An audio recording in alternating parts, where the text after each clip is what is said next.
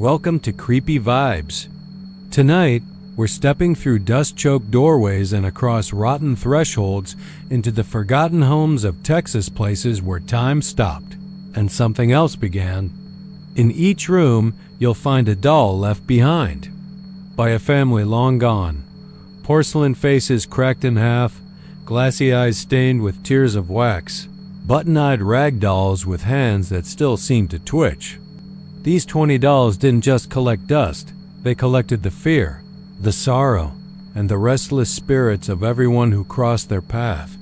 But before we begin, there's one thing most viewers do that costs them the creepiest content. They don't subscribe. Hit that subscribe button now so you never miss a true nightmare hidden in the dark corners of Texas history. Now, where are you watching from? And what time is it where you are? Drop your location and local hour in the comments. Because here on Creepy Vibes, the night is only getting started, and these dolls are waiting to tell you their stories. I never meant to spend the night inside that rotting parsonage on Pine Street, but curiosity has a way of overriding common sense. Beaumont's summer heat pressed against every boarded window, the air inside stale with mildew and the faint echo of old hymns. They said the old church's congregation vanished overnight back in the 1940s. No one stayed to close the doors, just left everything behind. I was chasing a local legend, the porcelain doll Mary Lou, left perched on the cracked marble altar, her painted smile growing wider each time the church clock struck midnight. When I pushed open the heavy oak door, a swarm of flies surged out, like a dark cloud. Inside the sanctuary was a husk, pews splintered, hymnals moldy, candles melted into waxy puddles on the floor. But it was the parsonage beyond the one-story house where the priest once lived that held the real secret. I broke a window with the butt of my flashlight and swung myself through into the living room. The floorboards creaked beneath my weight, and I could almost hear the sigh of decades settling around me. I found Mary Lou in what must have been the parlor, on a battered rocking chair that stared at the doorway.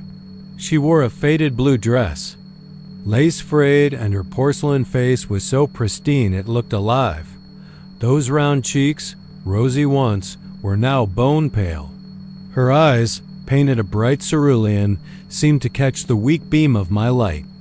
Her lips were a perfect arc, a grin that felt less playful than predatory. I knelt and reached out. The moment my fingers brushed her chin, the house groaned, as if waking from a long slumber. My heart thudded. I wanted to flee, but I leaned closer, drawn to that impossible smile. A clock began to chime. I glanced at my watch. 11:58 p.m.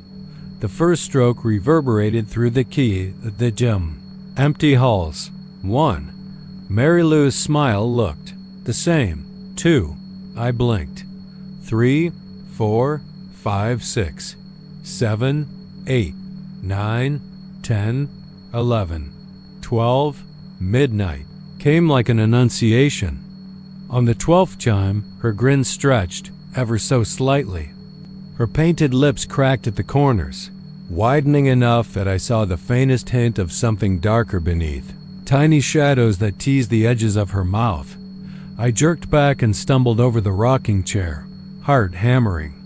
The chime faded, leaving a hollow silence. My skin prickled. I told myself it was a trick of the light or my imagination. But when I looked again, Mary Lou's smile had shifted a fraction more, the curve imperceptibly larger than before.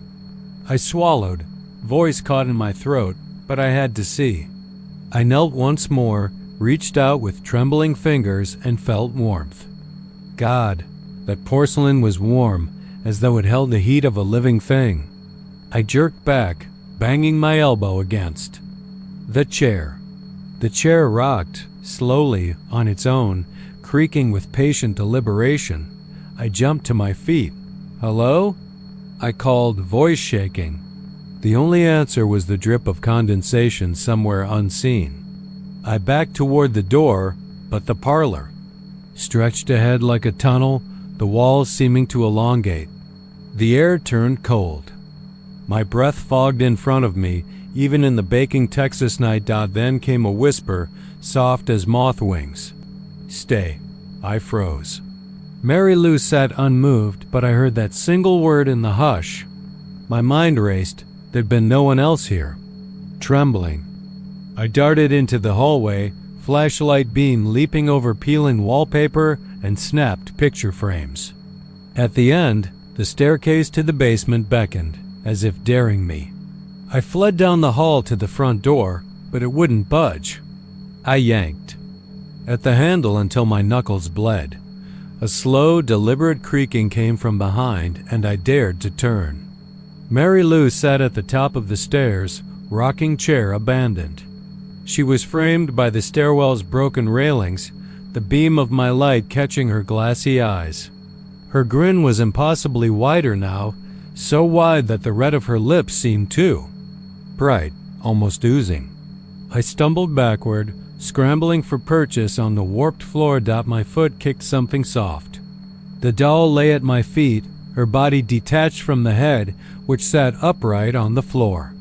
My flashlight fell, sliding across the planks, and in that widening beam I saw her eyes, one whole, one cracked, but both focused on me with absolute intent. I scrambled away, back to the parlor, where the rocking chair had resumed its gentle motion, the sound like slow breathing. I burst across the threshold. Mary Lou's head floated on the highest step of the altar, a porcelain grin splitting her face end to end. She wasn't the one on the chair anymore. My skin crawled. Somewhere behind me, a door slammed shut. I whirled, peering into the gloom. Saw the priest's old study beyond a door I'd left open. Now it was shut tight. There were no windows there. No doors, no exit. Panic rose like bile. I ran to the altar, lunged for that doll's head only for it to roll away, clattering across cracked tile. It came to rest at my feet, still watching. I kicked it, desperate, and it skittered toward the shadows at the back of the chancel. I chased it, skidding on broken glass until I reached a trapdoor hidden in the frayed carpet. Beneath was darkness so deep it swallowed my light. My ears rang with the church clock's echoing tick, tick, tick. I found the latch and yanked. The trapdoor fell open. A rotten ladder extended into the black. The whispers rose, a choir of sibilant voices. Stay, stay, stay. Against all reason I descended. Each rung shuddered beneath me. At the bottom, the beam caught a child's hymn book, open on the floor. A single dull limb poked from beneath, and as I reached to pull it free, the air convulsed. 1,000 scratches sounded across wood, plaster, my own skin, and I cried out. The doll's voice whispered in my ear, "You belong with us." I dropped my flashlight. It clattered to the ground, illuminating a dozen dolls scattered on the damp earth rag dolls. China dolls, wooden dolls, each with that same grotesque grin. Their eyes all shone, some with tears of wax, some with eyes of coal. They watched me with silent fury. Mary Lou's head lay center stage, her smile impossibly wide, her eyes reflecting mine. I screamed and bolted up the ladder, swinging the trapdoor shut on their hungry faces. I stumbled through the parlor, found the priest's study door at last unlocked. I hurtled inside, slamming it behind me. In the dusty desk drawer I found the key to the front door. I yanked it free, rushed into the hallway and froze. There, on the landing, sat Mary Lou, complete and poised, her smile the widest yet, as if she'd grown taller. The parsonage's windows framed her like a stage, and through the glass I saw my own pale reflection behind her. She tilted her head, narrower eyes pinning me in place. Then, with a sound like the softest crack, her porcelain jaw unhinged, revealing darkness. A rasping breath emerged, and she whispered, "Your turn." My scream caught in my throat. The key fell from my hand. In a heartbeat, she darted forward and everything went black. When they found the parsonage the next morning, the altar was empty. Only a child's hymn book lay open on the trapdoor, its pages fluttering in the breeze. And Mary Lou's grin, painted brighter than ever, was nailed to the parlor wall.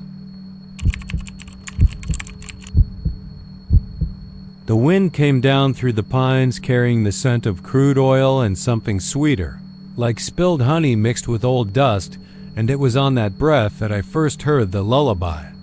I was alone, half crazed with exhaustion, trudging through the tangled undergrowth beyond the old Cushing place, where the trees closed overhead like a cathedral ceiling stained by rot and neglect. The sun was dipping low, and the shadows stretched long across the forest floor. My boots sank into damp needles, slick with moss, and every step felt like a struggle against the earth itself. I'd found the house more a ruin, really by chance, when I followed what looked, from a distance, like a child's shoe, and then another, half buried in the mud. I didn't believe in horrors, not since childhood, but something about being 20 miles from the nearest paved road at dusk made every snap of a twig sound like an insult. I crossed the threshold into what must once have been a nursery.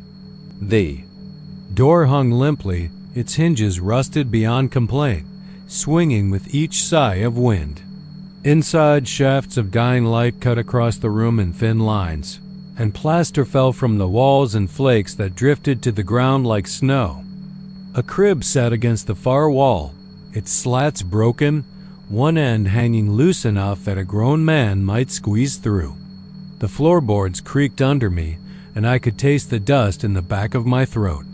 My heart was a drum in my chest, but that lullaby, soft at first, like a distant music box, pulled me deeper. I followed the song, each note dipping and curving like smoke. It carried an innocence I recognized from childhood, but twisted as if someone had slowed it down on a scratched record. Oil stains bloomed dark on the floorboards, bleeding outward in weird feathered patterns. At the center lay the rag doll. Its cotton stuffing turned a grimy yellow, its button eyes dull and unblinking. The ragged stitches that fastened its limbs were thick with grime, fraying like spider legs. It sat propped against the shattered window frame, head tilted at an unnatural angle, lips stitched into a crooked smile. The lullaby drifted from its ragged torso, the soft scraping of fabric against fabric, and I realized with a chill that it was coming from the doll itself. I knelt before it, the wood cold under my knees, and the lullaby grew louder, clearer, as though the wind itself had learned to sing. "Hush, my baby, rest your head," it whispered through tattered seams. "Dream of safety in your bed." The voice was achingly gentle, like a mother soothing a rowdy child. But as I looked closer, I saw that stains of dark oil pooled around the doll's heart, an ugly, tar-like substance that seemed to pulse under the pale light. I reached out, with trembling fingers, to touch the doll's arm. The moment my skin brushed the coarse cloth, the room lurched. The door slammed behind me, though there had been no breeze strong enough to move it. The lullaby turned slow, deliberate, and every fiber of that rag doll seemed to stiffen as if it were conscious of my gaze. I scrambled back, stumbling over a rocking horse painted in faded primary colors. The wind outside rose into a moan, rattling the walls, and I heard something else, footsteps, dragging, slow, like something heavy moving just beyond the edge of vision. I froze, breath sharp in my lungs, listening to the lullaby. It had slowed to a crawl now, each repeated phrase dragging on like a confession. "Hush, my baby, rest your head." I dared to stand, eyes fixed on that doll. There was a presence here, ancient and bitter, and I felt it pressing on my mind. The trees beyond the window rattled, and I saw movement in the branches, silhouettes that weren't birds, dark shapes that swung like bodies. The lullaby stuttered, hiccuped, and then ... silence. For a moment, everything stopped. The creaking, floorboards, the wind, my heart.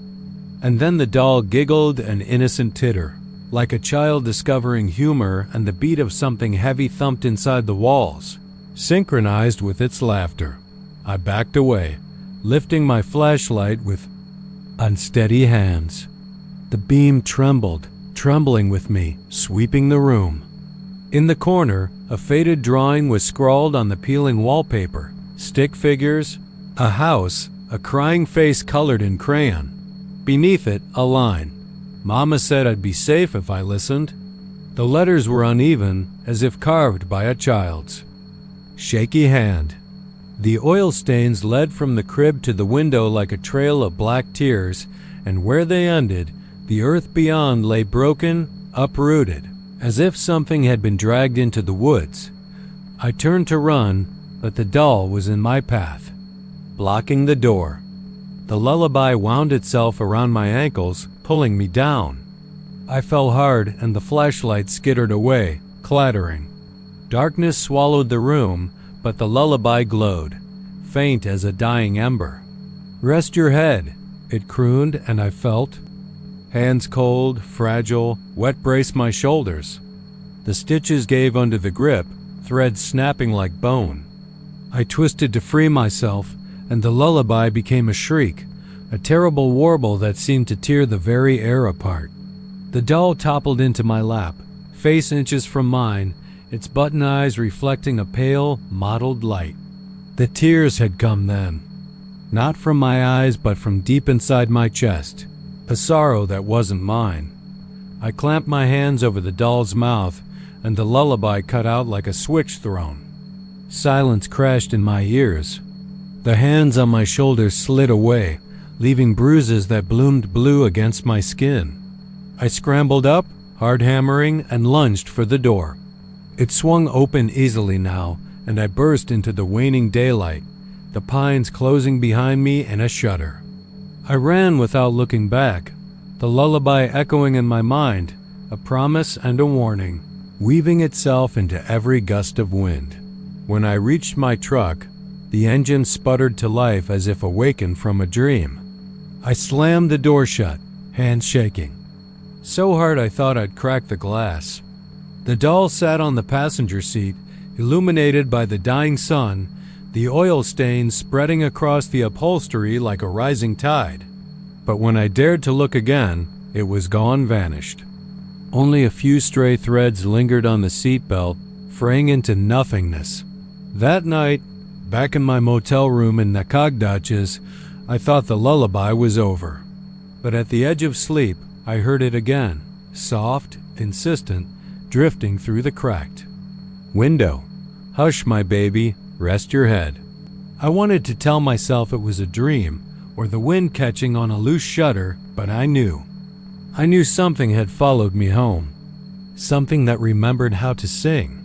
And every time the wind sighs through the pines outside my window, I wake, heart pounding, certain that at any moment the rag doll will appear at the foot of my bed, humming its oil-slick lullaby until I lie still, just like the child it was made for. I don't know if there's any escape. I don't know if I could even leave this town now, because when the Lone Star wind carries a lullaby through the piney woods, you listen, or you disappear into its song. The first time Jack Marlowe saw Rosie, he was in the attic, clutching a floodlight that trembled as much from his shaking hand as from the weight of the air around him. The roof still leaked in slow, relentless drips, each landing in a shallow pool of tannic water staining the battered floorboards.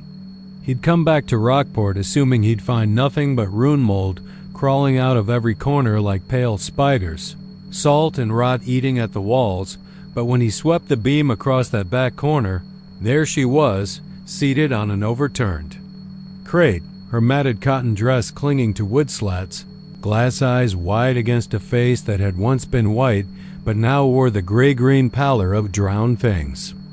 Rosie's hair was stringy and sodden, straw-colored fibers plastered to her skull in clumps, and for a moment Jack thought he heard her whisper, a faint hiss that might have been his own pulse in his ears. He'd bought the house 2 years earlier, A crook clabbered down near Fulton Harbor, where shrimp boats scratched against the docks and the salt marsh stretched out like a bleeding bruise under the sunlight. The town was built on tides and hurricanes and fatherless boys who grew up fast or drowned slow, depending on how many prayers their mothers whispered into the night. Jack thought he was one of the saved. He'd hauled nets since he was 10. Learned to read the wind like a book. When the storm came, he tied his skiff to an oarlock and prayed the boat would hold. But after Monica died, after the water took her out to the ship channel where they never pulled her up, he felt hollow, as though some undercurrent had carried off the thing inside him that called itself home. He crouched in that attic, the light, swinging, catching shadows in corners that should have held stacked luggage or boxes of holiday decorations, but held nothing. Only the silence like a suffocating sheet, and Rosie, her empty stare fixed on him. Jack felt bile rise. He knew dolls, had delivered them to tourist gift shops down the coast, knickknacks for people who thought the sea was romantic. But this was neither gift nor keepsake. He dropped the floodlight, the bulb cracking, sparks dancing across the beams.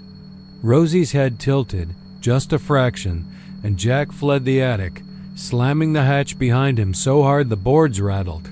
That night, the power failed, and the house shuddered under wind that roared through broken windows. Jack sat in the living room with a shotgun across his knees, Monica's old coffee mug in his hand like a talisman against the darkness. He told himself the attic was full of water, that every loose board soaked through. Every doll made of cotton and glass would rot. Still, in the crawl of shadow between the sofa and the fireplace, he thought he saw a rounded form, 2 points of glint. He squeezed his eyes shut. When he opened them, nothing that morning came in a haze of gray. The tide was high, sloshing under the house, and Jack found the front door swollen tight against its frame. He pried it open with a crowbar, and salt water lipped in across the threshold. He waded in, cursing under his breath, and set to work boarding up windows while the wind whipped rain across the floor. Around noon, he heard Monica's voice calling him, soft and distant, and paused with a nail in his mouth. The voice seemed to come from the guest room down the hall. Jack dropped to his knees, crawled forward, and there, soaked through, sat Rosie on the edge of the bed, skirt plastered to the mattress, eyes gleaming wet. "Go," he told her, though he meant Monica. The wind, the memory. He reached out and grabbed the doll's arm. Its porcelain skin was ice, fragments of salt under his fingertips. The moment he touched Rosie, a flood of images crashed through him. A child laughing in the gloom of the old house, her small feet skittering across the floor, the sound of water rising in her throat. Jack staggered back, spilling rainwater from the window onto the carpet. He felt his heart pound so loud he could taste it as blood in his mouth. Rosie was gone when he stood. Only a dark puddle where she'd been, rippling like a pond disturbed by a thrown stone. Jack knelt to inspect the moisture, then saw amid the gray water 2 small glass beads, clear as tears. He pocketed them, hands shaking, and left the room without another look. That afternoon, he circled the house 3 times, trying to drive nails, trying to keep the sea out, trying to keep something in, though he didn't know what. By sunset, the wind had eased, and the last of the floodwaters sank back into the marsh. Jack lit a lantern and climbed into the attic, determined to find the doll's source. He found nothing in crates, no loose floorboards hiding a hidden cache of apparitions. Only a single trunk, heavy with rusted clasps, its lid crusted shut by water. He pried it open, and inside lay children's clothing, soggy and stained, and a faded photograph tucked into the lid's velvet. A young girl on a blanket, clutching a doll that looked exactly like Rosie. Jack's breath caught when he saw the girl's face, so pale it was almost transparent, eyes half closed as if drifting off to sleep. He closed the trunk with a bang that echoed off rafters and fled downstairs. He didn't sleep. Instead, He sat on the front porch as night fell, a beer sweating in his hand, watching the moon's silver ribbon across the bay. He tried to remember the girl's name, the day she died, the storm that took her, but his mind was a tangle of rope. He thought he heard a footstep on the porch behind him, but when he turned, nothing. Just the glassy tide and the hush beyond that inn. The pre-dawn hours, the doll appeared in his bedroom. He woke to the pressure of something heavy against his leg. He cracked an eye open and saw Rosie sopping wet. Her head tilted so her eyes caught the dim lantern light, glowing like embers. Jack lurched awake, flung off the covers, and Rosie toppled to the floor with a soft thud. Her eyes rolled up then, fixed on him. Jack grabbed his jacket and stumbled into the hall.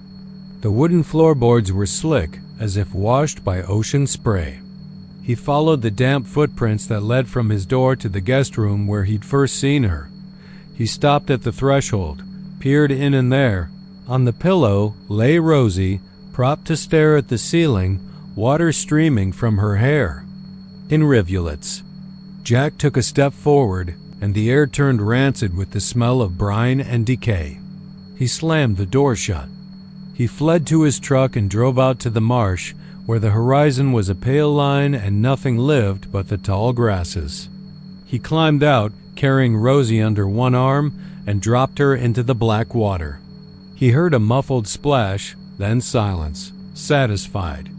He walked home through the dark, sticky air, but as he opened the front door, lightning split the sky and a gust slammed him backward. He pressed into the hall, and there soaked through. More sodden than he'd ever seen stood Rosie, glass eyes catching the strobe of lightning, grin widening. Jack knew then it wasn't the doll. It hadn't been Rosie at all, but whatever had become of that lost child, using the shape of a toy to lure him, to bind him to the house. He grabbed at the doll's arm, but his hand passed through as if reaching into water. The thing in the shape of Rosie pressed forward, head tilting, the sound of children singing under its breath. Jack threw the door open and ran, sprinting across. The lawn, mud sucking at his boots, lungs burning. He reached his truck, yanked the door open, and slammed inside. He drove without headlights until the road spat him onto the highway, unreachable now, and didn't stop until the headlights of a distant town swallowed him. He never went back. In the mornings he found salt water in his boots as if he'd been standing in the marsh. At night, when the wind rattled the attic hatch in his new home, he imagined Rosie's glass eyes peering down. And sometimes, though he'd never admit it, he thought he heard a girl humming a lullaby that smelled of salt and earth, reminding him that some things don't drown, that some ghosts wear cotton and glass, and that on the Gulf Coast, the water has a taste for blood. I first saw the dollhouse one steamy July afternoon when the wind carried the thick scent of honeysuckle and dust down the dusty streets of Denton, Texas. The Victorian mansion that housed it stood behind a wrought iron fence so ornate its filigree looked like skeletal fingers beckoning me forward, and I couldn't resist. I had been chasing shadows of old merchant families along Fry Street, drawn to stories of fortunes made in cotton and oil long gone to ruin, and when the estate agent handed me the brass key that rattled like a rattlesnake's tail, I felt a shiver that had nothing to do with the sweltering heat. Inside, the air tasted stale, and every surface was coated in a thin film of time. The furniture shrouded in yellowing sheets, and in the parlor, beneath a cracked mahogany desk, the dollhouse waited. It was small, something a child might have once played with, yet the craftsmanship was exquisite, carved from oak and walnut with turreted towers and tiny stained glass windows, each piece as detailed as a cathedral's facade. In its center room, at the foot of a winding staircase painted in fading rose hues, sat the doll, a hand-carved wooden child with eyes like polished obsidian, hair sculpted into tight braids, its dress so detailed you could trace the embroidery, stitch by stitch. The first evening I left the house, I thought perhaps I'd imagined its alert posture, the way the head tilted, as if listening for footsteps through the empty hallways.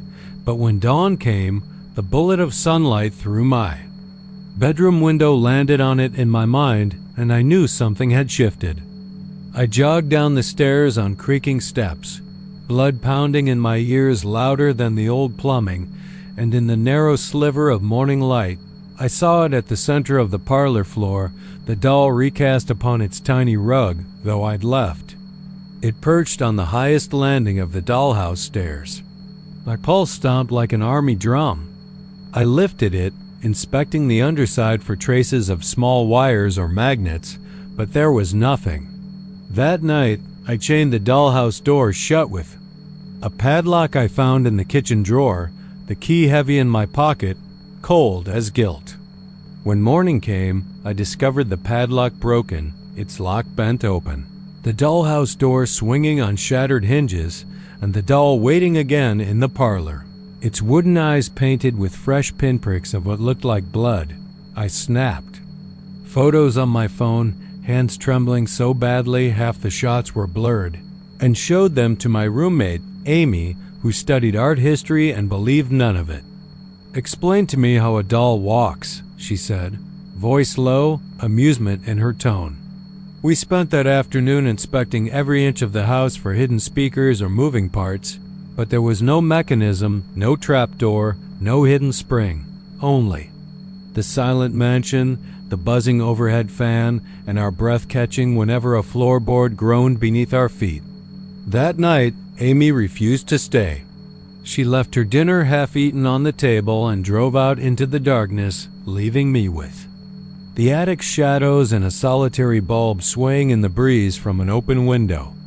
I lay awake listening to a soft tapping, like fingernails drumming against wood, and the low hum of children's laughter carried by the heat-thick air. In the morning, Amy's car was parked out front, engine still warm, but she didn't answer her phone. I found her in the dollhouse. She lay face down on the miniature parlor rug, motionless, and the doll stood beside her, adjusting its braids as though brushing away hair from a lost child's cheek. My scream echoed through the empty halls until I realized the windows were closed, the world outside deaf to my terror. I staggered back, tripping over the ornate fence's loose bar, and stumbled onto the sidewalk, gasping like I'd been submerged too long. The police officer who arrived thought it a prank, Amy's roommate messing with her mind, until they found her fingerprints etched into the dollhouse floor, her nails gouged into the wood in spirals, and no sign of the doll or Amy. They dusted for prints and turned up nothing but my own and hers. No third party. I moved out that very day, abandoning the mansion and its heirloom demon to time. But in the weeks that followed, I couldn't escape the feeling of being watched.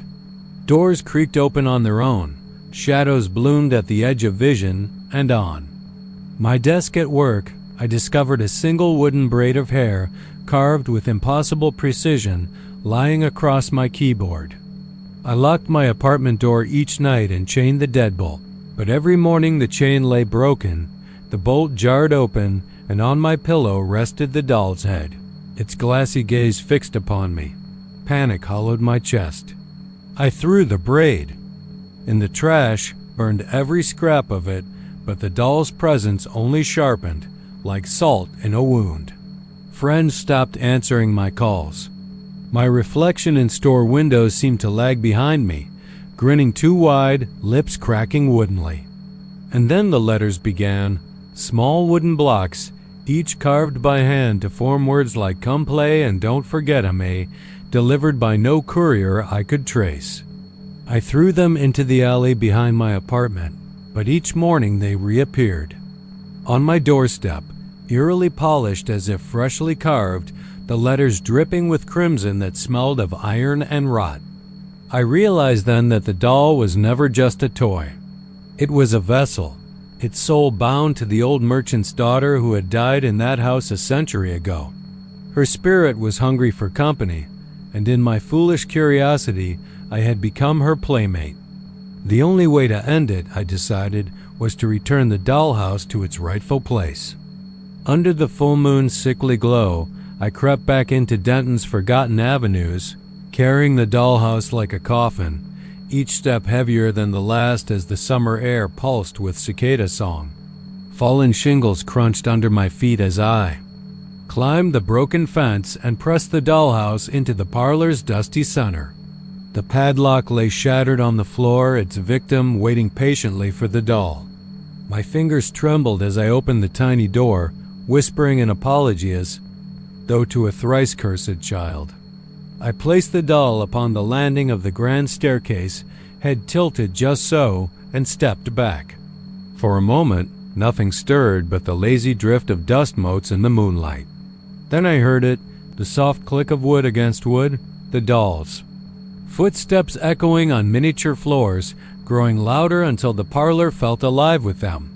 The doll emerged, silhouette perfect in the doorway, its braids swinging.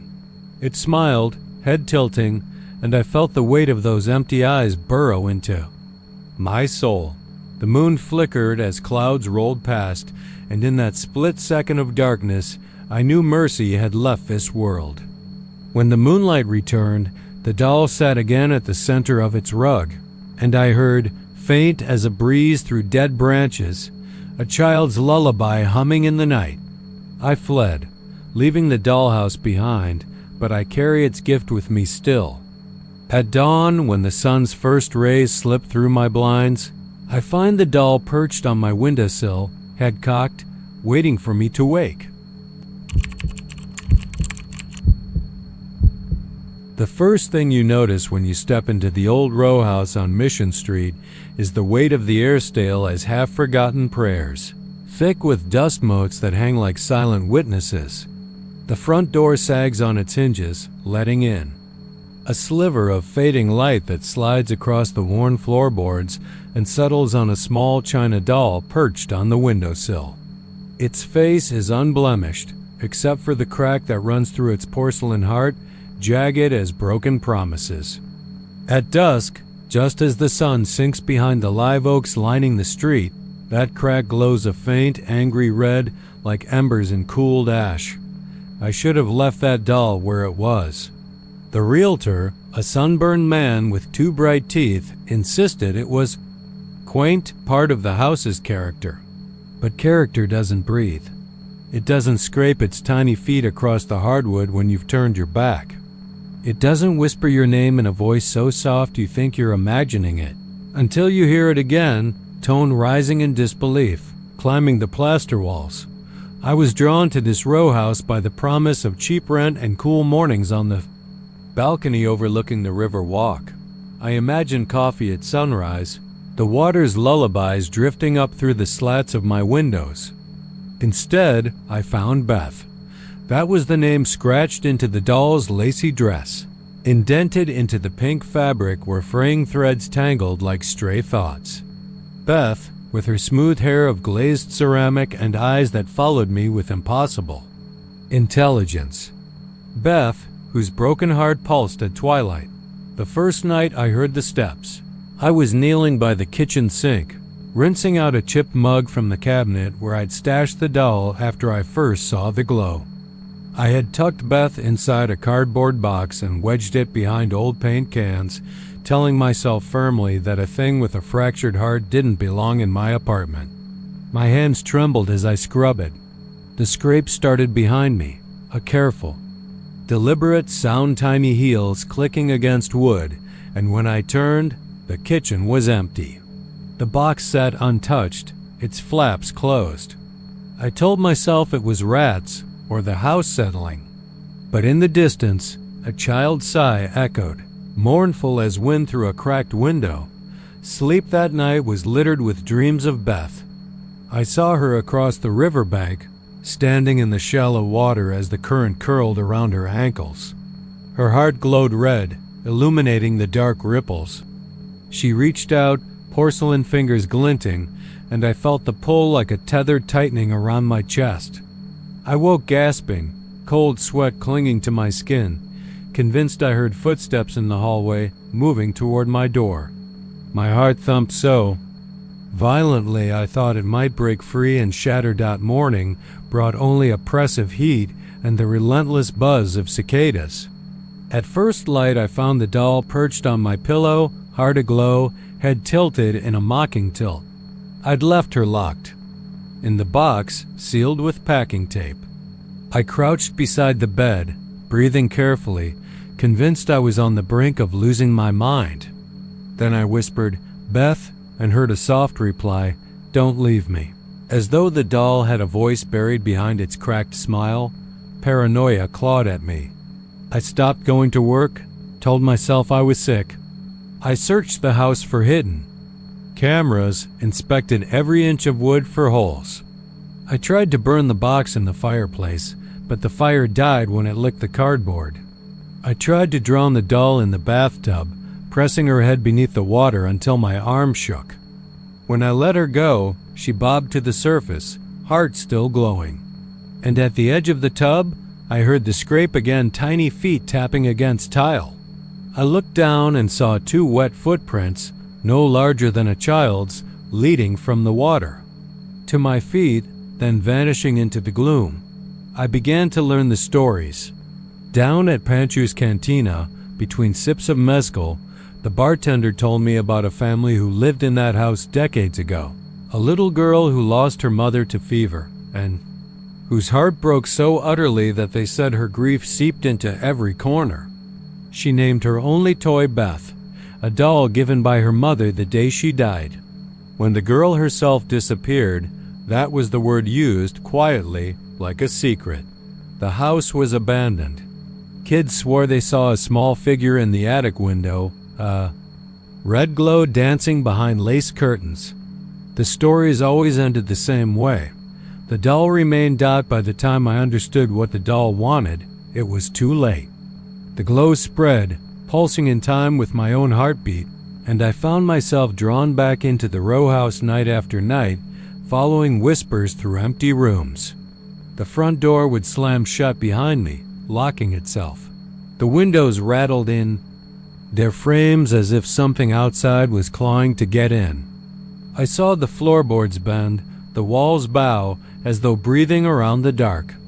At the head of the hallway, in the brownish light of the old sconces, Beth stood waiting. Her little fractured heart bled red into the shadows.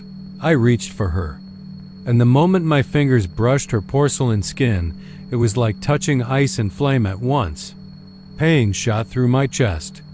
I stumbled back, gasping. I heard the tiny footsteps circling me, closing in.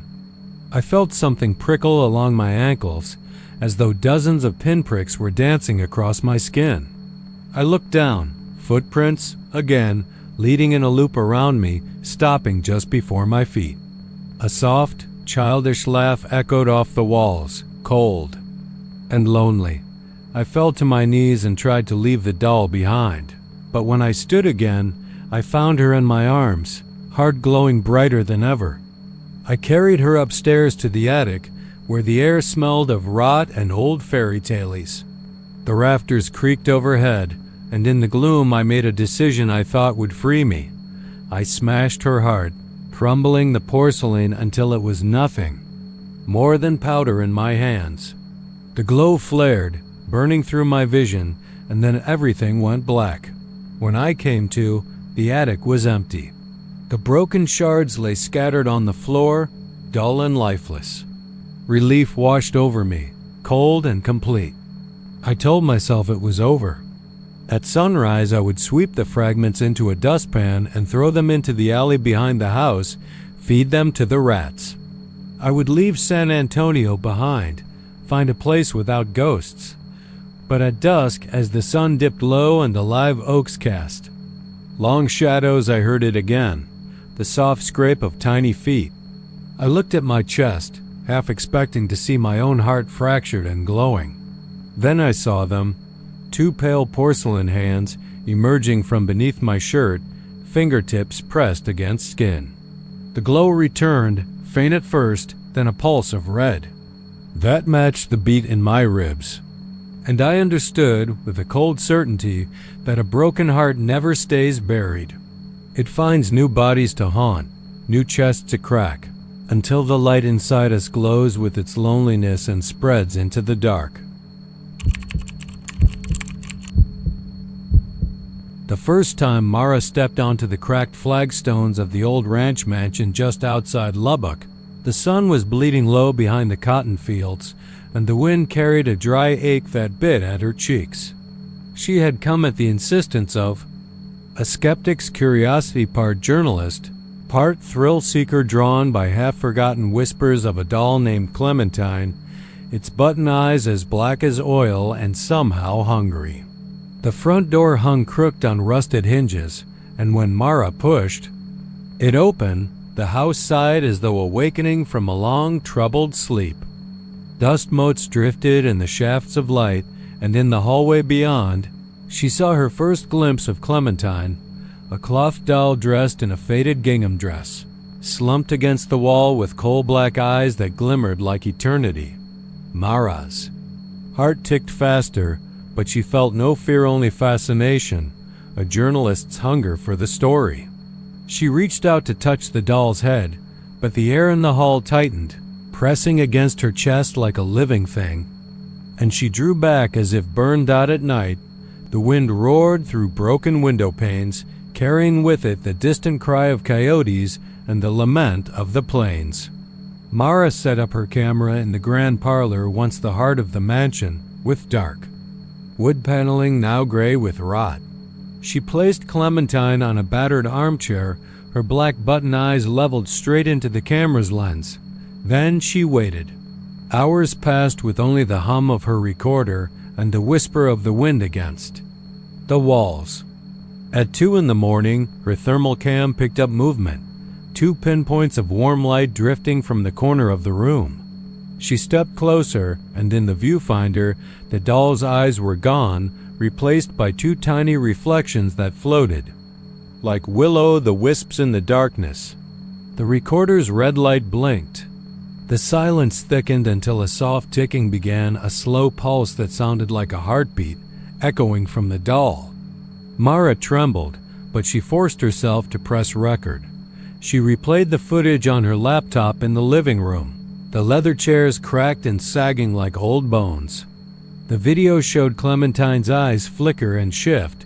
The button discs turned ever so slightly, tracking Mara's movement as she examined the playback.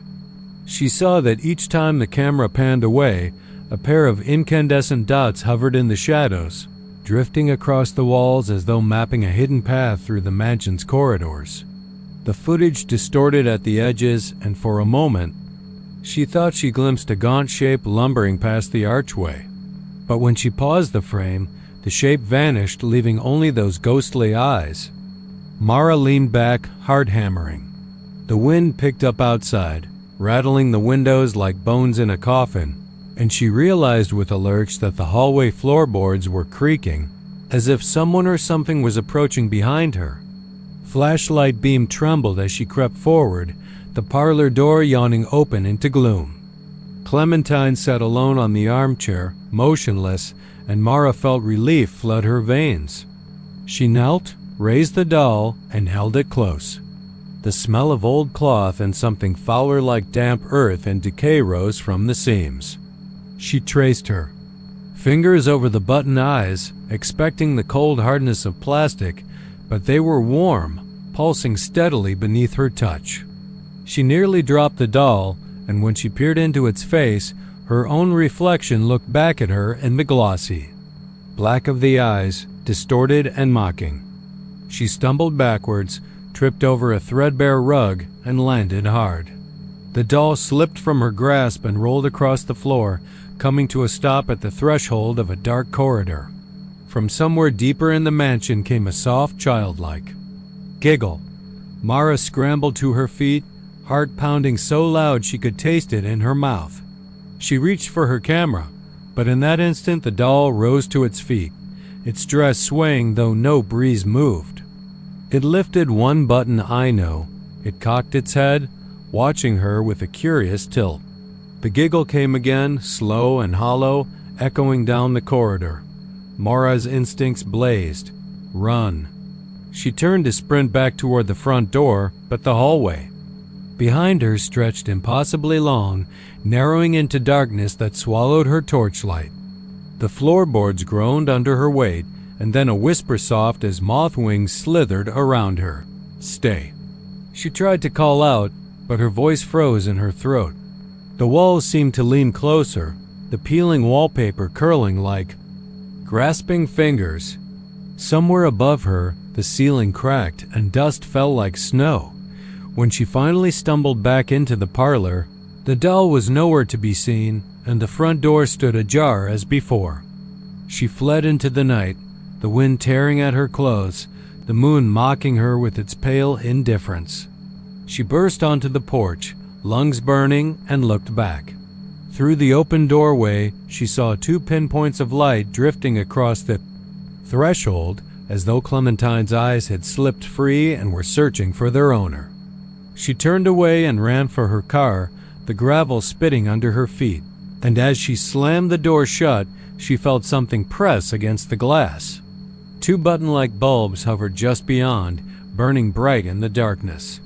She locked every door and drove off, leaving the mansion and its secrets behind in a cloud of dust. Back in Lubbock, Mara refused to review the rest of her footage. She left the camera in the trunk of her car, but sometimes at night she hears the faint click of a record light activating. In her apartment, shadows gather in corners, and she thinks she sees movement out of the corner of her eye. When she closes her eyes, she feels 2 tiny lights burning in the blackness. She tells herself it's just nerves, the overactive imagination of someone who chased a ghost and lost. Yet sometimes, half asleep, she swears she hears a child's laughter at her door, soft and sad, calling her name. And each morning she wakes to find her pillow indented by 2 small circles, like the imprint of button eyes staring up at her from the darkness. I came to Cuero on a dusty September afternoon, chasing assignments that felt more like errands. The mercury hovered stubbornly near 100, and even the cicadas sounded hollow, as if nature was too tired to maintain its own soundtrack. Old kitchen doors swung loose on rusted hinges, revealing a room stained by decades of smoke char lines like scribbled saying along the rafters, yellowed plaster blistered by heat. I'd been hired by the daughter of the last owner to catalog whatever relics remained before the place went up for auction. She'd warned me it was empty. I thought empty meant quiet. I thought empty meant forgotten. I was wrong. The work was slow. Cabinets sagged on rotten nails. Drawers split into slivers of rotted oak. I found jars of yellowed mayonnaise gone rancid, rusted cans swollen with time, a chipped enamel sink stained red by iron. But wedged behind a pile of burned newspapers, I saw something that didn't belong. On the scarred tile floor lay a doll no more than a foot tall, cast entirely of copper, its joints carefully hammered and riveted so that its tiny arms could pivot. Its face was smooth, round-cheeked in a way that made me think of children at prayer, but its hollow eyes were cut too sharply, like the stare of something that had waited far too long. Years of grime had darkened its surface to a dull brown, but every edge glinted bright, as though someone had polished it just yesterday. I reached out, brushing my finger against its thigh. A clear, ringing note sounded bell-like, sweet, and immediate. The hair on my arm stood upright, and a sudden cold snapped into being as if a switch had been flipped. I blinked, and the sweat at my hairline ceased. Breath, which had been visible only in the knowledge that I was exhaling, began to curl into fine white plumes. The air pressed against my lungs like damp cloth. I backed away, unease flowering in my chest, but the doll shifted ever so slightly. As if anticipating my next move, I thought perhaps some old wiring had snapped a contact, some trick of the acoustics. I lifted it again carefully this time, and the chime came once more. A hollow echo chased its tail, rippling through the room. Frost bit along the edges of the cracked window panes. The afternoon sun, still high and brutal outside, would have obliterated any sign of chill, but here there was a pocket of frozen air, a pocket of fear I could taste.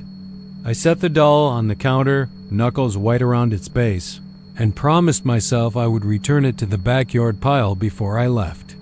But I did not leave. The chill found me outside, trailing at my heels like a stray dog.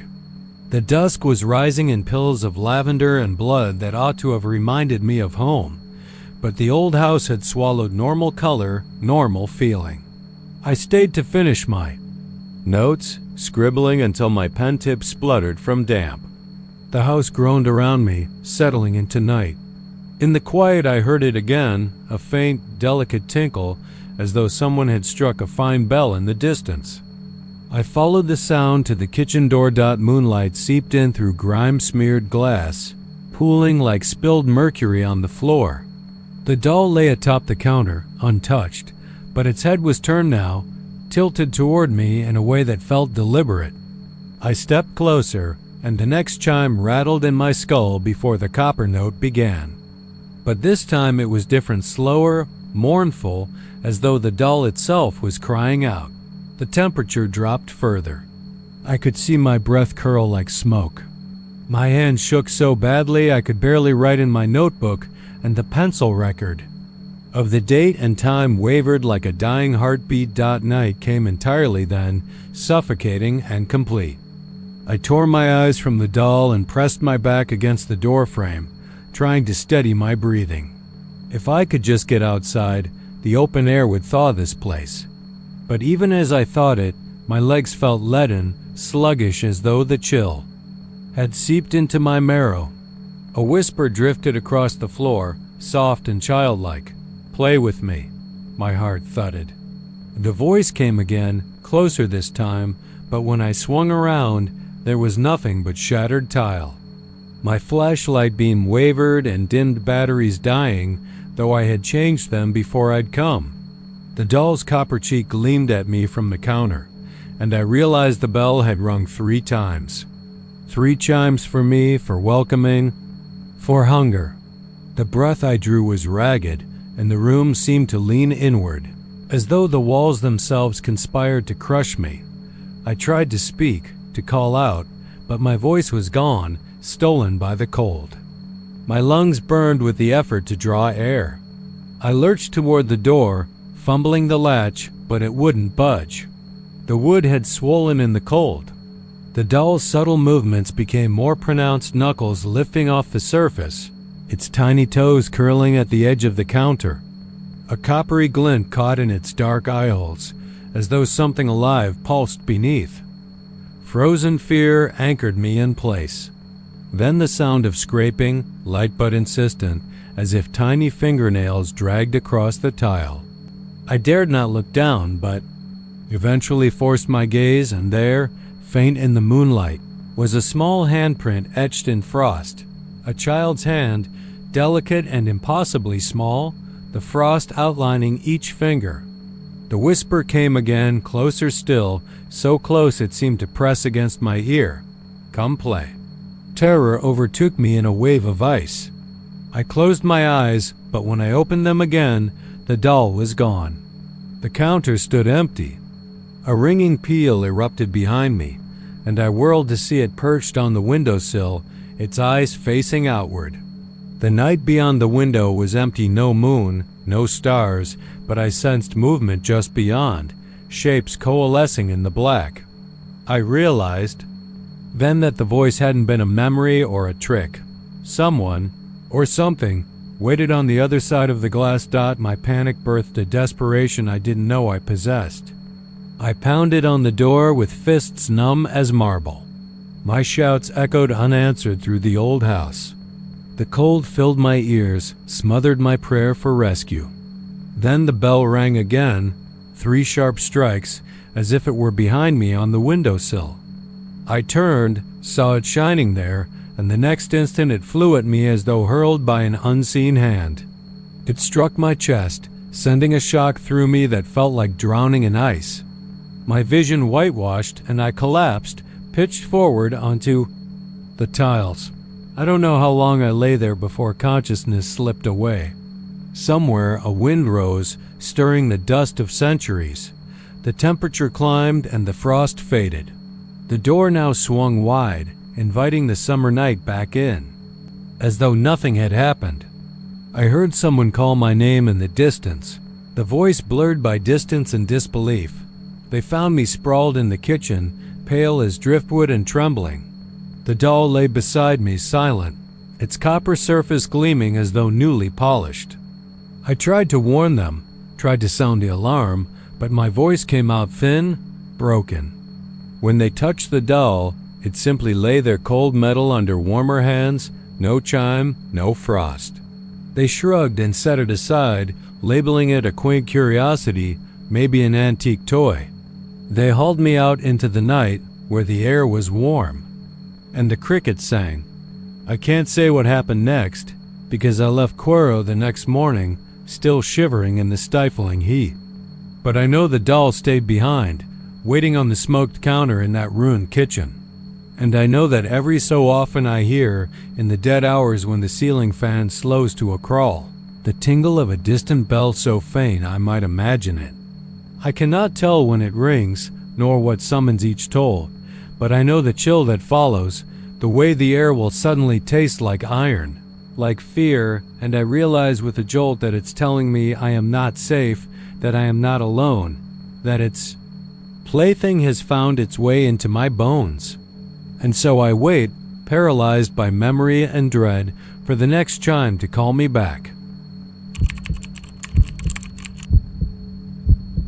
Every night, when the clock on the old Wilson building 3 doors down struck midnight, a faint melody fluttered through the broken slats of the storefront on Main Street in Tyler. From the inside came the soft, tinny chime of a waltz too precise, too mournful to be anything but wrong. No one in Tyler knew where it came from, but everyone who heard it felt a certain tug at the back of their teeth, as if their jaw wanted to snap shut in sudden alarm. I first heard it when I was 17, leaning against my '68 Chevy, waiting for my cousin to finish her shift at the cafe across the street. The night was quiet except for crickets and distant hum of highway lights. And then, at 12:15, that music. It sounded like a child's toy come to life, but it played itself without winding, without startling clicks, just a slow, sorrowful turning of invisible gears. The storefront itself was a crumbling thing. Boarded windows, graffiti spilling across, the plywood like angry stains, and the glass behind them apparently shattered long ago. Yet at precisely 12:15, a porcelain ballerina doll pivoted on a wrought iron stand just beyond the boards. You could see her if you leaned close enough, peering through the loosened panels, but only for a second. The instant the melody ended, she stopped rotating and froze, her painted face turned exactly 87 degrees to the left. If you blinked, you'd miss the motion altogether. If you dared to tear the wood away to see her, you'd find the inside empty. No dust, no spiderwebs, just a hollow storefront with nothing but shattered bricks and a lingering echo of wind. Nobody remembered when the doll first appeared. My grandmother swore it wasn't there when she walked home from her late-night shift at the hospital, yet the next morning it was as if it had always been, a delicate figure trapped in permanent motion behind the plywood facade. Every roomer in Tyler tried to claim it. The grieving widow who lost her ballerina daughter in a train wreck, the mad toy maker who carved souls into porcelain for a fortune, the ghost of a violinist who slipped on Main Street and broke her neck. None of it mattered, because the truth was simpler and far more terrifying. Every person who watched that doll spin and heard its eerie waltz wound up changed. I saw it in Alice Warren's eyes. Alice worked at the diner on East Front, and she was the sweetest girl you could imagine, laughing, sharing slices of pie, teaching Sunday school. But after she peered through those boards one night, her eyes went dull like a pane of glass. Left out in the sun until it lost its heat, she started sleepwalking, wandering into traffic in the dead of night, humming that same waltz under her breath. When I tried to talk to her, she only whispered, "Isn't it beautiful?" and smiled. At nothing. 2 nights later, her mother found her kneeling on the storefront sill, fingernails splintered on the boards, whispering, "Just one more turn." Then there was Pete, the mailman, who claimed that at 12:15 he heard the music drift through the crack beneath his door and saw the ballerina's shadow dancing on his bedroom wall. He said she bowed to him before she spun away. Pete quit his route the next morning, his uniform left hanging on a hook in the kitchen, and moved his truck into the living room. He kept his headlights on all night, windows rolled down, telling the empty air, "Go on, play your song if you dare." He fell into a feverish sleep and woke in an ambulance, walking the streets of Main Street in nothing but his underwear, cradling that same doll by its ceramic waist, waltzing with it as if it were a partner. I shouldn't have gone back, but I couldn't stop thinking about how that music felt in my bones, like the final note of a funeral hymn, twisting hope into something sour. One night, I walked to the storefront with my flashlight and a tire iron, determined to pry away the boards and prove to myself that there was nothing inside but debris. The minute I stepped onto the cracked sidewalk, the air went cold, so cold. My breath steamed. The streetlights flickered and died in sequence, plunging me into a cavern of darkness broken only by the glow of my flashlight. My steps echoed. The boards knotted together like the ribs of some trapped beast. Above me, in the old transom window, the broken glass caught the moonlight in fractured shards. I struck the wood once, twice, and heard a soft porcelain tap back. My heart skipped as if struck by a fist. The doll was behind the board now, pressed so close I could hear the melody before it began. At 12:14, the world seemed to pause. The wind stopped, sirens froze half-crying in the distance, crickets hushed. And then the first note rang out, a single clear bell tone, and I knew there was no going back. The doll spun into view, her gauzy tutu brushing the iron, a ballet slipper pivoting on a rusted pin. Her eyes glinted, too aware, too alive, and she smiled. I felt the world tilt. I tried to pull my tire iron back, but my arms wouldn't move. The song bloomed around me, filling my skull with its relentless loop. My teeth ached, my spine pulsed with the rhythm. And then I heard breathing, a soft exhale behind me, and I turned to find a shape emerging from darkness, tall, slender, dressed in a black coat that swallowed whatever light remained. It reached out a gloved hand, not to me but to the doll, which bowed its head as if greeting its master. The air smelled of old wood and iron. The doll's music slowed, trailing into a hollow final chord that vibrated through the sidewalk cracks. Before I could scream, the shape was gone. The doll collapsed, her axis jamming, the waltz cut off halfway through a phrase. The boards fell away as if dissolved, leaving the storefront empty. No iron stand, no porcelain dancer, no puddle of oil on the floor, just emptiness and the hush of the night. I backed away until I was on the cracked asphalt, and the spotlight of my flashlight trembled on the bare brick wall. I turned to run, but the music began again behind me, soft, welcoming. Deadly dot, they found me at dawn, curled up on the curb, humming a fractured waltz.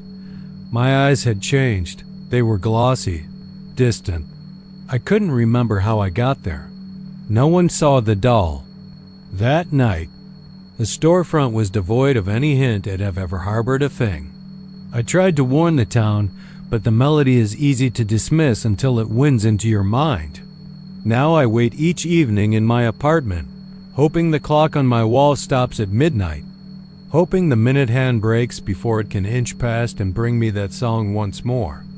Because at 12:15 exactly, somewhere on Main Street, the porcelain ballerina still spins, her waltz still plays, and Tyler will be listening.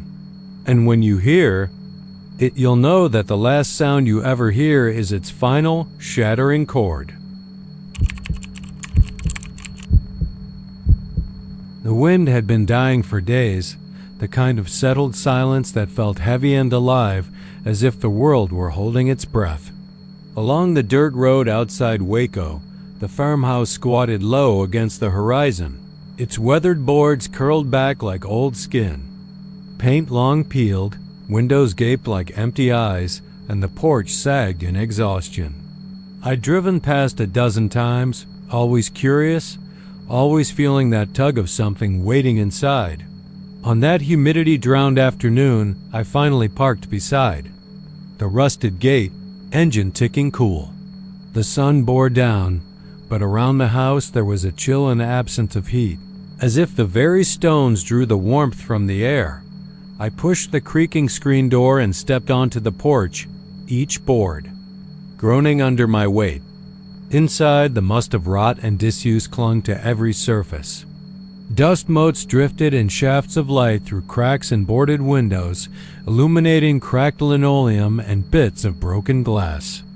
I could almost hear the echo of footsteps long gone, the whispered arguments of families who had vanished into history.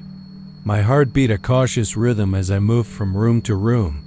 A collapsed ceiling, the legs of a table poking through the floor, a child's shoe half buried in dirt dot in what must once have been the parlor. I found it. On a splintered windowsill sat the doll. Not a porcelain beauty, but a tiny cloth thing, no taller than 6 inches, patched crudely with fraying stitches. Its threadbare dress had once been white. Now it was a muddy gray, stained beyond recognition. 2 dark beads served as eyes, glossy in the dusty light. It tilted slightly forward, as though listening. There was no other furniture here, no sign of playthings, nothing that belonged to a child.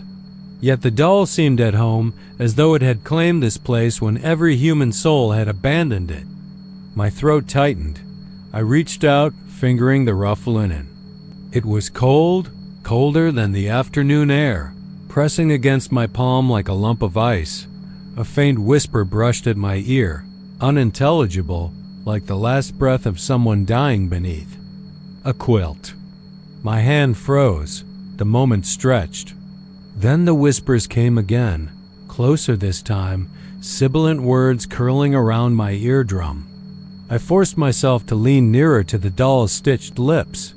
They never left. It seemed to gasp. There. Under the floor. My pulse hammered as I straightened. Nothing moved in the room but a curtain lifting in a motionless breeze. The whisper came again, more urgent, and I realized it was not coming from my mind but from the doll itself. Leaning in, I could almost make out the scraps of sentences. Truths buried in this house since the Smithsons died here 40 years ago. Or 50, no one was sure anymore. They had been a family of 3, a mother, a father, a little girl named Elsie. Rumors said the father snapped when the crops failed, that he buried them here in the night, shallow graves beneath the kitchen floor. He vanished as quickly as they did, swallowed by the land that had betrayed him. The stories were half remembered, passed on in hushed tones at the diner in town, in the back of patrol cars, in the confessions of drunks under the neon. At closing time dot, my breath caught when the doll whispered, "She's still here." The voice was gravel and moth wings. In the wall. In the walls and the floor. Elsie never left. My skin prickled. I felt eyes on my back. I spun, expecting movement, something crawling from the shadows, but the room held only stillness and dust. Returning my gaze to the doll, I saw its bead eyes shining with something alive. I thought to drop it, to run. But a fascination stronger than fear rooted me in place. I pressed ahead, using the heel of my boot to pry at a loose floorboard. It popped free, revealing darkness beneath. A rotten smell rose up, sour and ancient. My flashlight flickered as I shone it into the gap.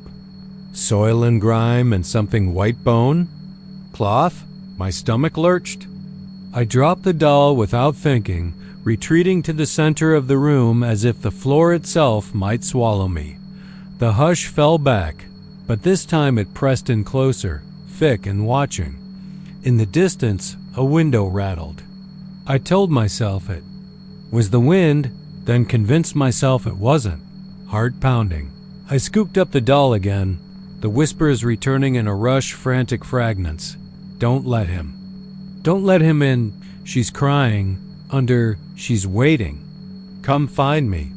I staggered toward the back door, intent on escape, but the doll's tiny fingers closed around mine. A weight pressed down on my chest, and the room shifted.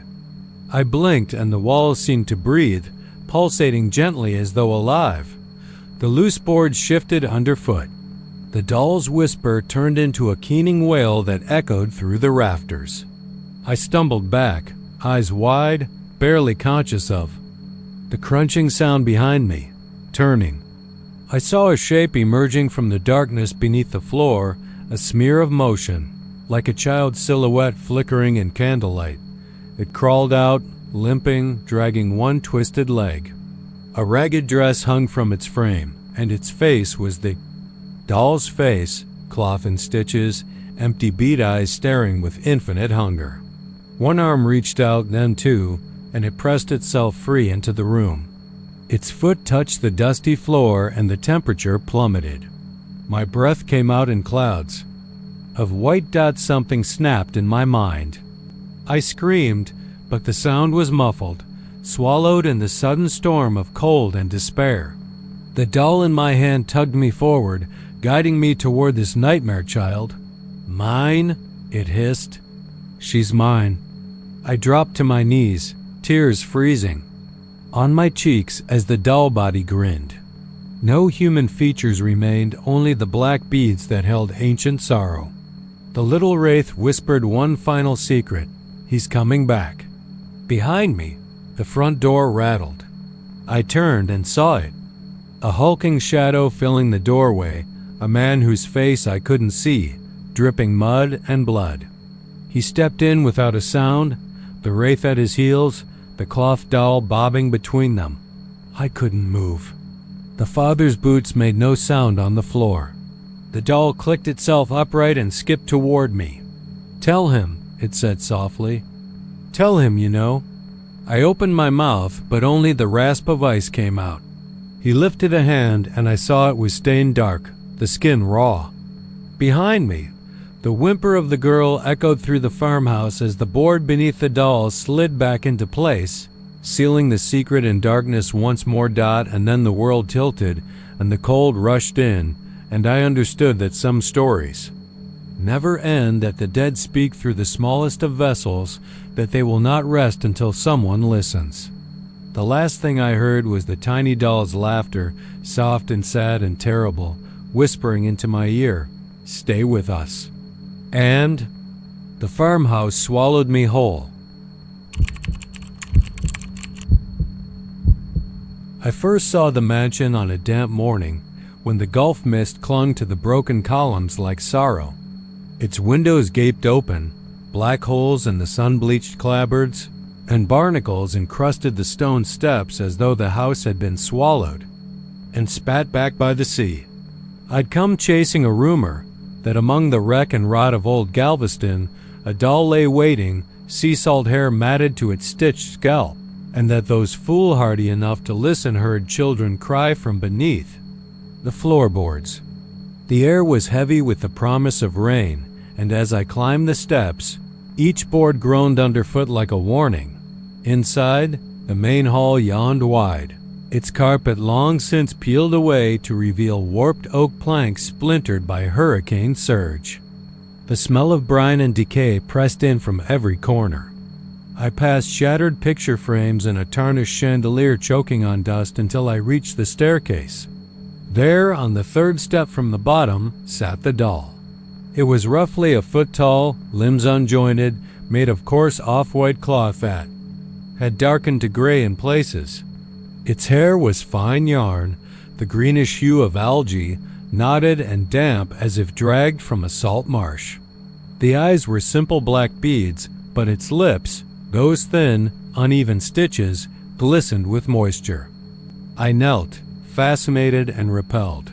and a single droplet of brine fell from the corner of its mouth onto the wood below. That night, I camped upstairs in what must once have been the master bedroom. The wind gusted outside, rattling shutters and rattling my teeth through the silent hours. I awoke at what felt like 2 in the morning to a soft creak, like a child shifting under blankets. Then came the sobbing, a slow, mournful sound muffled, as if 1,000 breaths were trying to break through rotten floorboards. My heart pounded, but I forced myself to lie still, to let the sounds clarify. They weren't wind or wood settling. I could almost make out words between the hiccups, pleading. I slipped from the bed, flashlight in hand, and crept to the doorway. The sobbing stopped. In the hush that followed, I heard nothing beneath the floor, only the steady drip of the leaky ceiling. Morning light was a mercy, though the house seemed to swallow it. I explored the ground floor, tracing the sobbing's likely source to the parlor. Here the floor was sagging, and where 2 planks had separated, I could see darkness deeper than the cellar. I knelt and pressed my ear to the gap. The sobbing began. Again, so faint I thought it must be in my head, but the thick pulse of grief vibrated through the wood. I shone my light down the crack and saw something white, a tiny, chalky handprint on a damp joist. My skin prickled. I remembered stories of the 1900 hurricane, how children had been herded into that mansion's lower rooms to ride out the storm, only for the sea to claim them when the walls gave way. I spent the afternoon poking through debris, hoping for journal entries or letters that might explain what happened, but found only scraps, a half-burned ledger, a charred doll dress, waterlogged photographs of a dark-haired woman holding a crying toddler. Always the child's face was blurred, as if the camera itself refused to capture it. I carried the doll upstairs again, setting it on the bed where the stains of yesterday's breath showed like a tide line. I turned my back for a moment to gather my notebook, and when I looked back, the doll had shifted, its head tilted as though listening. My breath caught. I hadn't moved it. That night, the sobbing returned with a vengeance, echoing from all around. Emmy.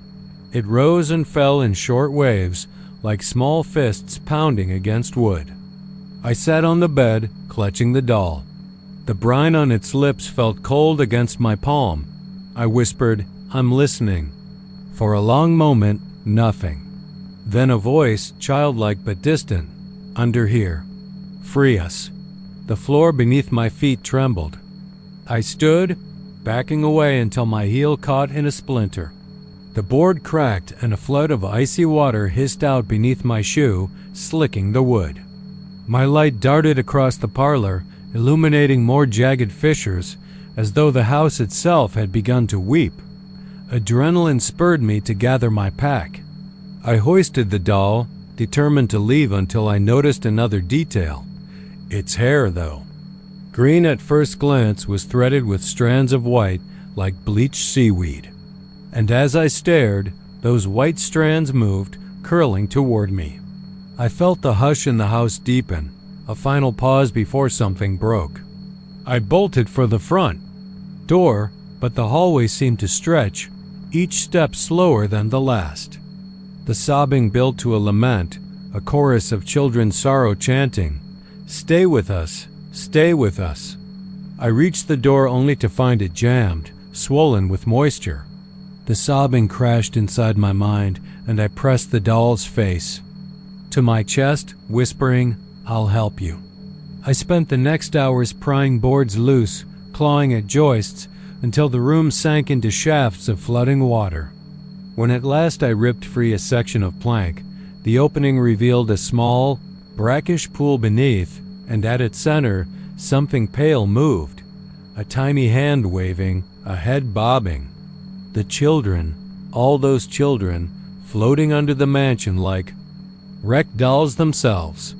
They turned toward me, their faces smooth and empty, the raw sockets leaking saltwater tears.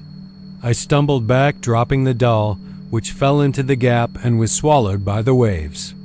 The sobbing crescendoed, and then, in an instant, was gone, leaving only darkness and the distant scream of gulls. I never returned to the mansion. The next morning, the owner's caretaker found me on the old seawall down by the beach, rocking back and forth, murmuring about children under the house. They locked me in the infirmary at the hospital, where I woke days later to the smell of antiseptic and the dull hum of fluorescent lights. In my pocket was a single bead, black, polished, identical to the doll's eyes.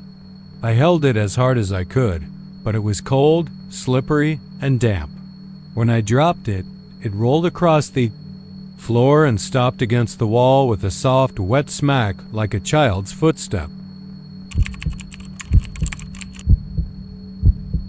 I first noticed the false panel in the northwest corner of the living room one scorching July afternoon, when the wind off the plains rattled the old adobe walls like tiny bones in a box. The house had been empty for years, its paint peeled to pale dust, the windows lodged shut with warped wood, but something compelled me to pry at that warped stud. Beneath a slab of cedar I found it, a porcelain face, cracked like a dry creek bed, its features half lost to age. A woman's face, maybe, pale cheeks flecked with dirt, lips chipped away in places, and eyes closed as though sleeping. The rest of the doll was gone, no body, no limbs, just this head, tucked behind the panel like some holy relic no one dared to touch. I carried it to the little kitchen, set it on the scarred formica table, and circled it, running a finger along. One deep fissure. The crack felt smooth, as though worn by countless fingers. I pressed my thumb against it, and the porcelain gave slightly, then resisted as if flexing its own will. A bead of sweat dripped down my temple, and I blinked. For a moment, I swore I saw her lids twitch, but the face lay dead still. Outside, the cicadas droned. I left the room with my heart hammering and didn't return until dusk, when the adobe turned lavender under the sinking sun. The next morning I found the face wrong. The biggest crack fanning from hairline to cheek had nearly vanished. I traced the line in disbelief. The porcelain had rejoined itself, leaving only a faint hairline scar. My breath caught. I pressed on the seam. It was seamless granite. Now I stumbled back. My hand shook as I checked every angle. The crack was gone. I rummaged through my bag and fetched a sketchbook, making a quick scribble of the old pattern. It looked different now, so much smoother, so whole. But the dirt and the old chips remained, sealing its antiquity. I should have thrown it away. I should have burned it. But something rooted me to that house, and something about the face Alice I began to call her demanded care. I rigged a small shelf over the stove, set a cloth beneath her, and left the kitchen silent except for the hiss of the stovetop pilot light. That night, I dreamt of a little girl running down a hallway of cracked adobe. Her hair was wet with red dust, and she clutched something pressed to her chest. A lullaby drifted on the wind, something tinny and half-remembered. The walls pulsed, breathing around her. I woke choking, the memory of clay lips humming in my skull. At dawn, the face had changed again. Now there was a hairline crack forming above her left eyebrow, slender and tender. It ran like a thin river of shadow. I watched it widen, imperceptibly, and felt a cold sting in my chest. Then, with a faint snap, a shard of porcelain popped free, leaving behind a fresh, blood-red line. I blinked at the scar, and for a heartbeat. I saw her pupil flick open, as though she were tracking me from within that hollow face. My skin crawled. I gasped for air. I fought the urge to smash her with a hammer, but my arms refused to obey. Instead, I washed the fragment in the sink, laid it beside her, and fled outside into the heat. The wind had died. Abel's outskirts, miles of flat scrubland, were silent except for a lone freight train groaning by the horizon. I pressed my forehead against the window glass, watching the sun climb. Inside, Alice's head sat serenely on the shelf, half hidden in shadow. I felt drawn to her. A voice whispered in my ear, as soft as the last breath of a dying child, "Bring me home." The words wound around me, a coil tightening in my gut. I fled to my car, packed my bag, and drove towards town, the dusty roads so long they blurred. Beneath my tires in Abilene, the antique shop on Pine Street was cool and cluttered. The owner, Mr. Caldwell, raised one eyebrow when I carried in Alice's face. "Porcelain from the 40s, he said, turning her in his palms. "Probably belonged to a set nobody's left, though. Kids lost 'em. Haunted dozen of them. This town," he tapped the scar gently. "You see them cracks? They tell stories. If you listen, they'll tell you hers." I tasted bile. "What story?" His mouth tightened. "That little girls die here. That the land doesn't let go. That sometimes the pieces come back together just so they can break again. He refused to buy her. Said the face was worth more intact. But I didn't care about money." I slipped her back into my bag and left with the echo of his words rattling my skull. On the way home, the sky boiled with heat.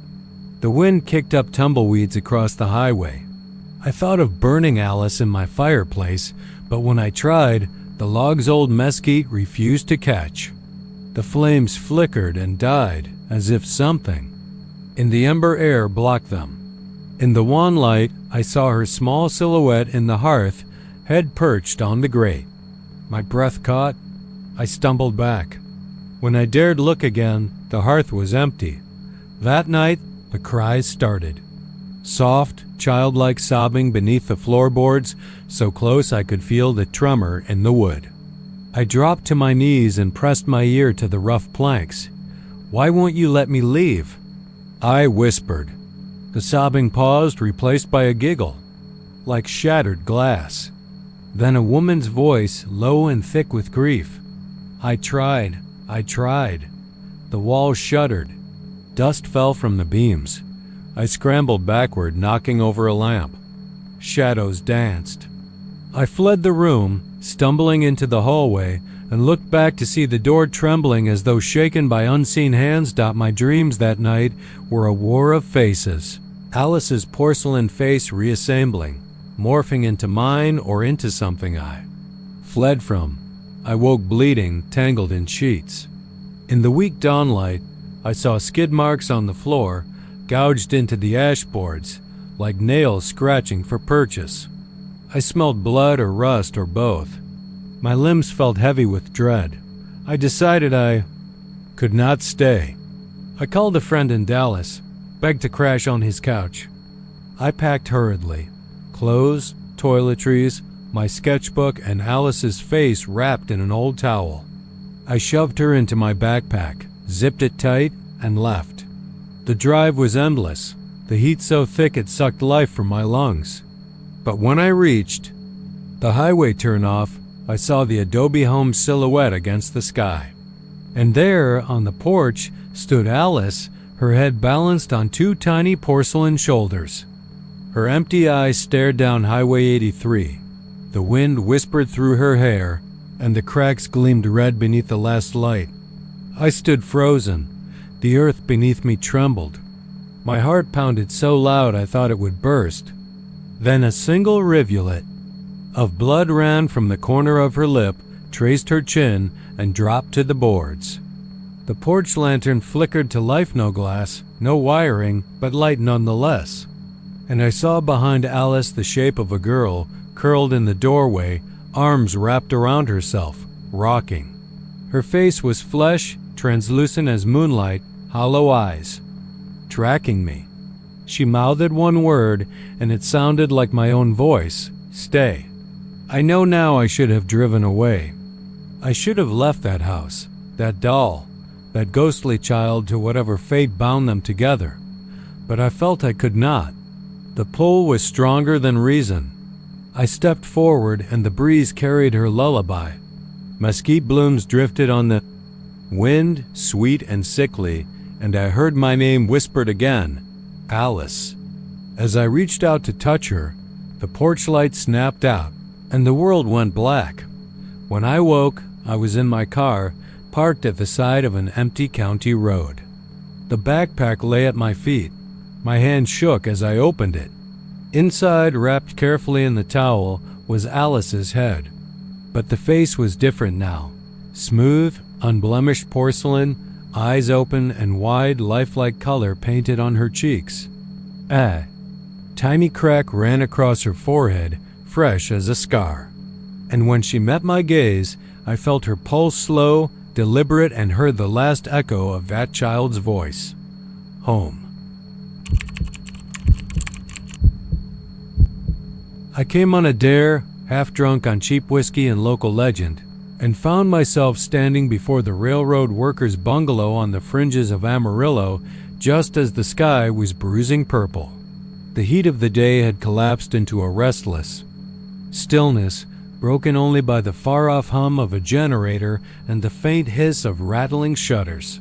The boards beneath my boots felt splintered and ancient, sun-bleached to bone white, and the whole place leaned crazily to one side as if straining to whisper its secrets. Inside, the air was thick with the smell of rot and something sweeter like old varnish gone rancid. Dust motes drifted in the slant of my flashlight beam. That's when I saw it, a jointed wooden marionette dangling from a single rusted hook. In the center of the main room, its arms limp, its pale wooden face tilted down as though caught in mid-bow. There were no strings. Nothing but that hook embedded in a sagging beam overhead and the puppet itself carved with obsessive care. Slender limbs snapped together at the joints with tiny bronze rivets, and the grain of the pine showed through layers of once white paint, now cracked like a spider's web. Its eyes were inlaid with glass beads, stormy and deep, and its mouth was a simple slash turned up at one corner in a permanent, mocking smile. I reached out, curiosity pushing ahead of common sense, and the moment my fingertips brushed the puppet's forearm, a current of cold pain shot through me. I jerked back, but only by inches. The jolt knocked something loose in my mind, like a snapped gear. In that instant, I was convinced I heard a tiny creak as if the puppet had sighed.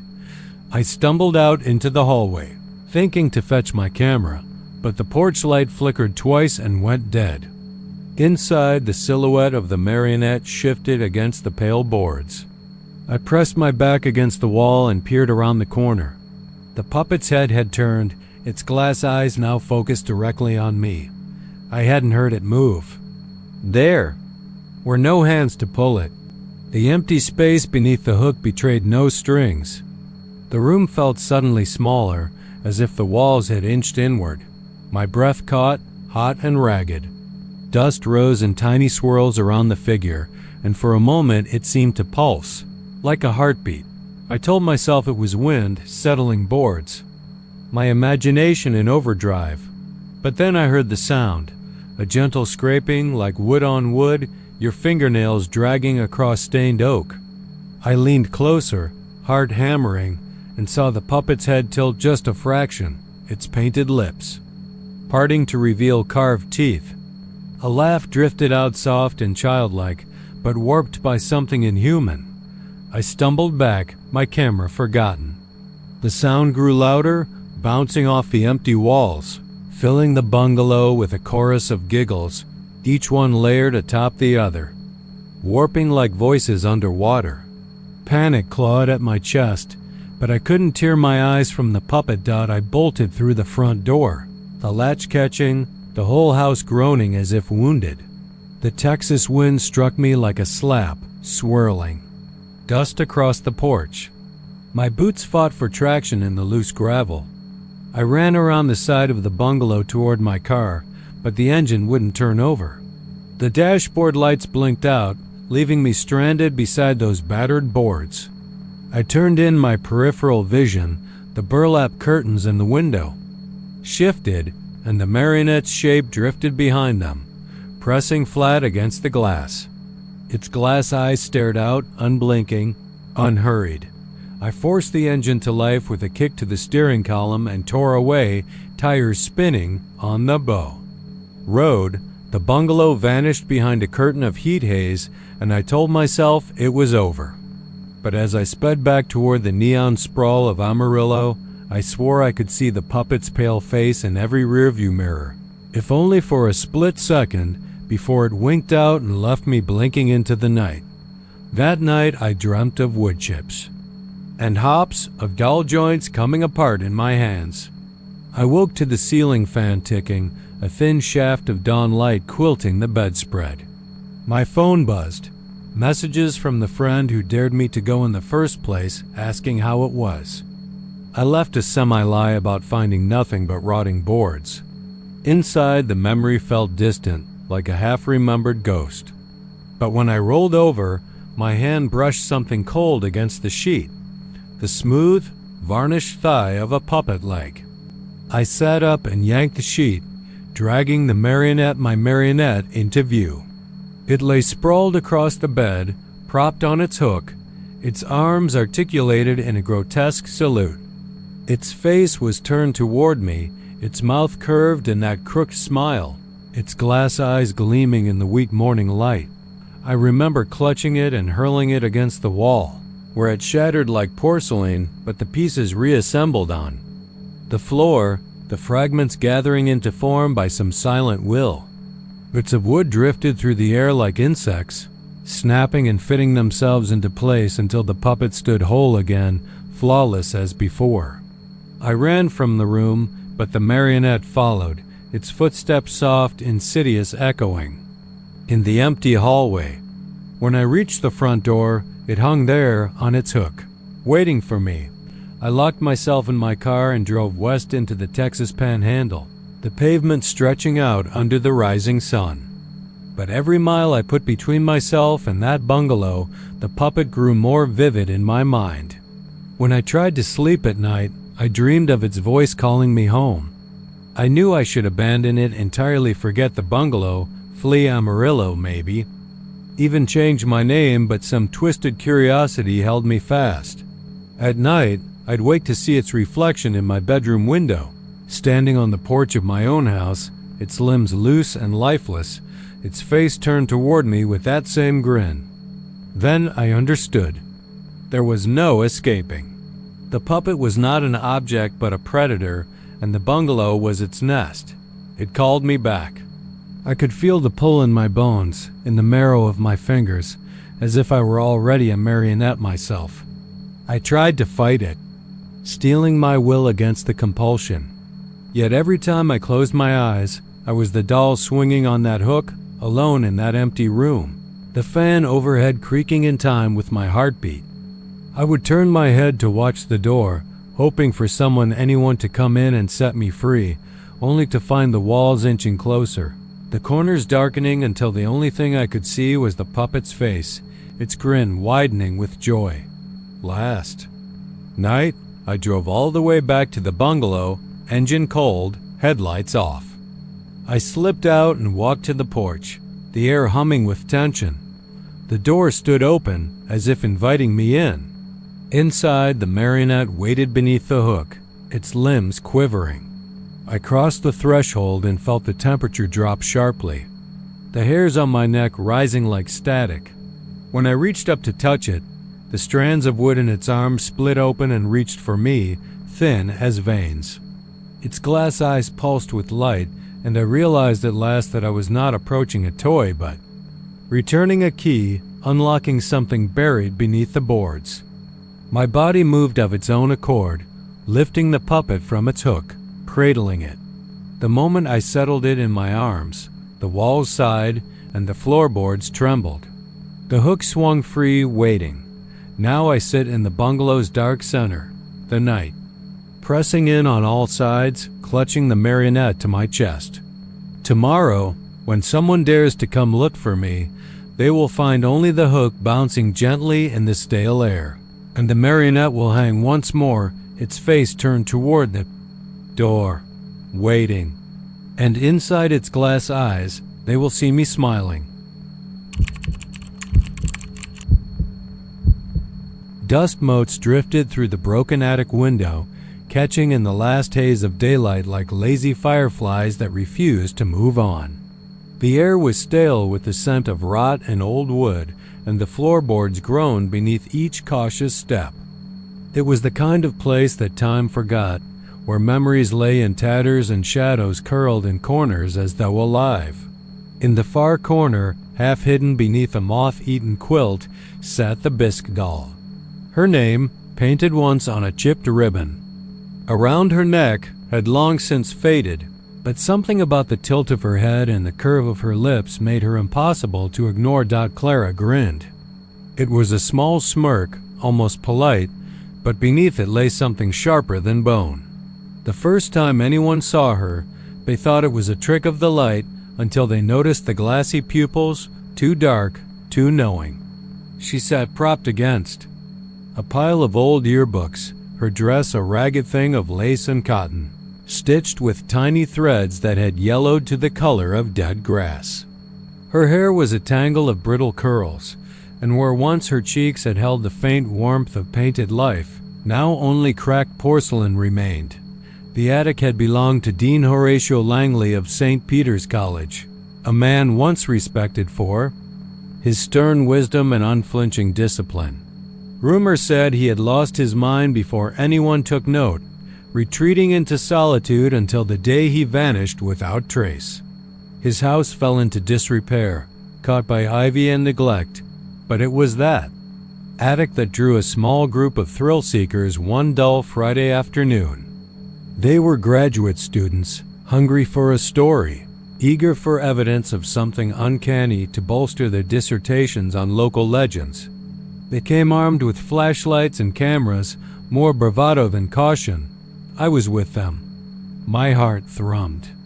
In my ears as I clambered up the narrow stairs, each step asking for fingers to find balance in the gloom.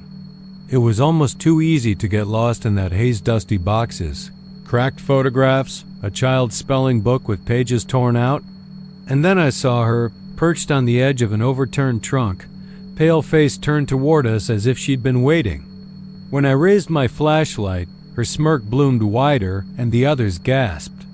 Claire, the bravest of our lot, managed a laugh sharp, brittle, like shattering glass. "Look at that mouth," she said, stepping forward. "She's mocking us." I wanted to tell her to stop, but the attic swallowed my words. Claire reached out, fingertips brushing the porcelain cheek, and I saw her eyes stunned. She laughed again, a high little sound that died in her throat.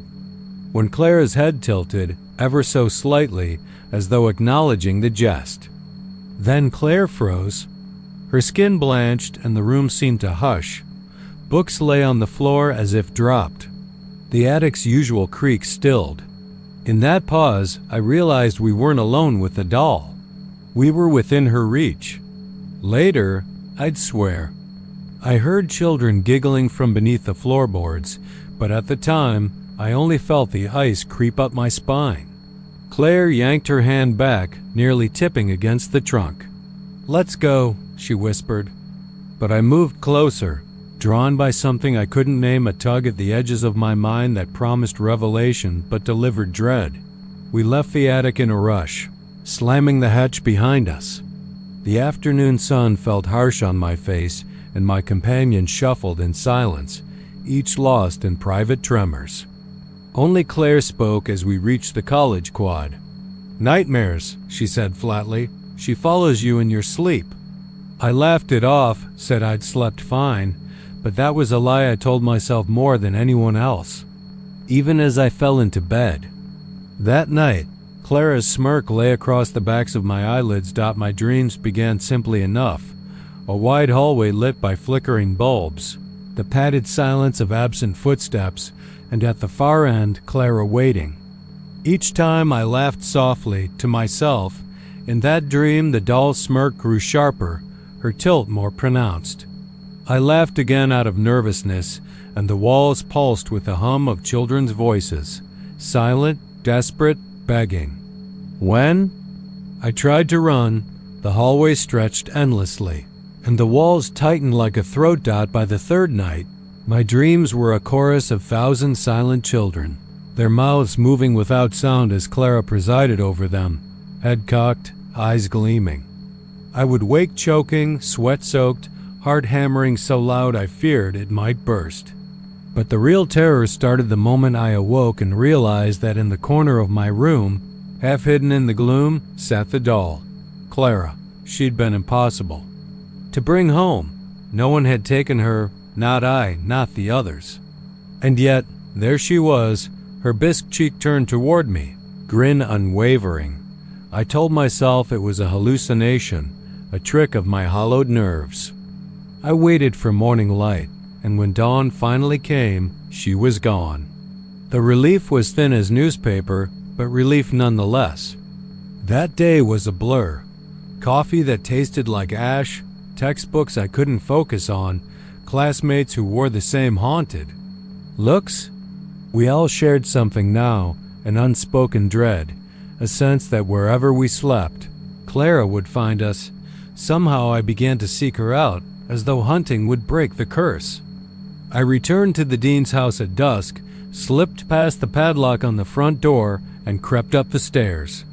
The attic hatch was sealed, but I forced it open with shaking hands. Inside, the air was dank, and the darkness more complete than any I'd known. I swept my flashlight across piles of debris, and there, waiting, perched on a rocking chair, was Clara. But something was different. Where once her dress had been shabby lace, now it was pristine, freshly sewn. Her hair lay in perfect ringlets, and her smile was triumphant. I stepped forward. "You can't stay," I whispered, voice cracking. The doll's eyes glinted in the beam, and I felt my breath catch. I reached out and gripped her by the waist, porcelain cold as ice. I turned, intent on flinging her down the stairs, but a sound stopped me, a muted chorus of children, pressing from the floorboards, pressing from the walls, pressing from the silence itself. The smirk flickered and grew until it seemed to occupy the entire attic, until the wood underfoot thrummed with it. I dropped Clara. She hit the floor with a hollow clack, dancing upright as though on invisible wires. Then she moved toward me, slow and deliberate, each step a silent proclamation of power. I turned to run, but the hatch slammed shut. The laughter of children swelled, though no sound passed lips. They spilled around me in darkness, a sea of muted faces staring, and above them, Clara's grin grew impossibly wide, until her head split at the seams and blank eyes stared out from within. I woke again in my bed, throat raw, mind unspooling. For a moment, I thought it over, daring to laugh in relief, but then I saw her, small and motionless at the foot of the bed. Clara. And I knew that laughter was the only invitation she needed. I forced a chuckle, soft and trembling, because I was no longer capable of anything else. In that instant, the room chilled to bone, and the silent chorus rose around me, pressing in until it filled my mind with 1,000 faces of silent children, each pressing their hand against the inside of my skull, begging to be let out. I screamed, but no sound came. Clara's smirk gleamed, full and satisfied, and I knew then that the nightmares would never end. They would come every night, and every night I would laugh, and every night I would wake to see her there. And in the hollow space between sleep and waking, I would hear them all, the 1,000 silent children, and the smirk that mocked them and me forever. Amelia Garza hesitated at the threshold of the old orphanage, its red brick walls blistered by the relentless Del Rio sun. The low hum of cicadas wove through broken window panes, and the dusty scent of rot and dried earth drifted on the wind. She flipped on her flashlight, its beam slicing a narrow tunnel of light through the gloom, illuminating floorboards littered with debris, shards of glass, rusted cans, and everywhere, rag dolls.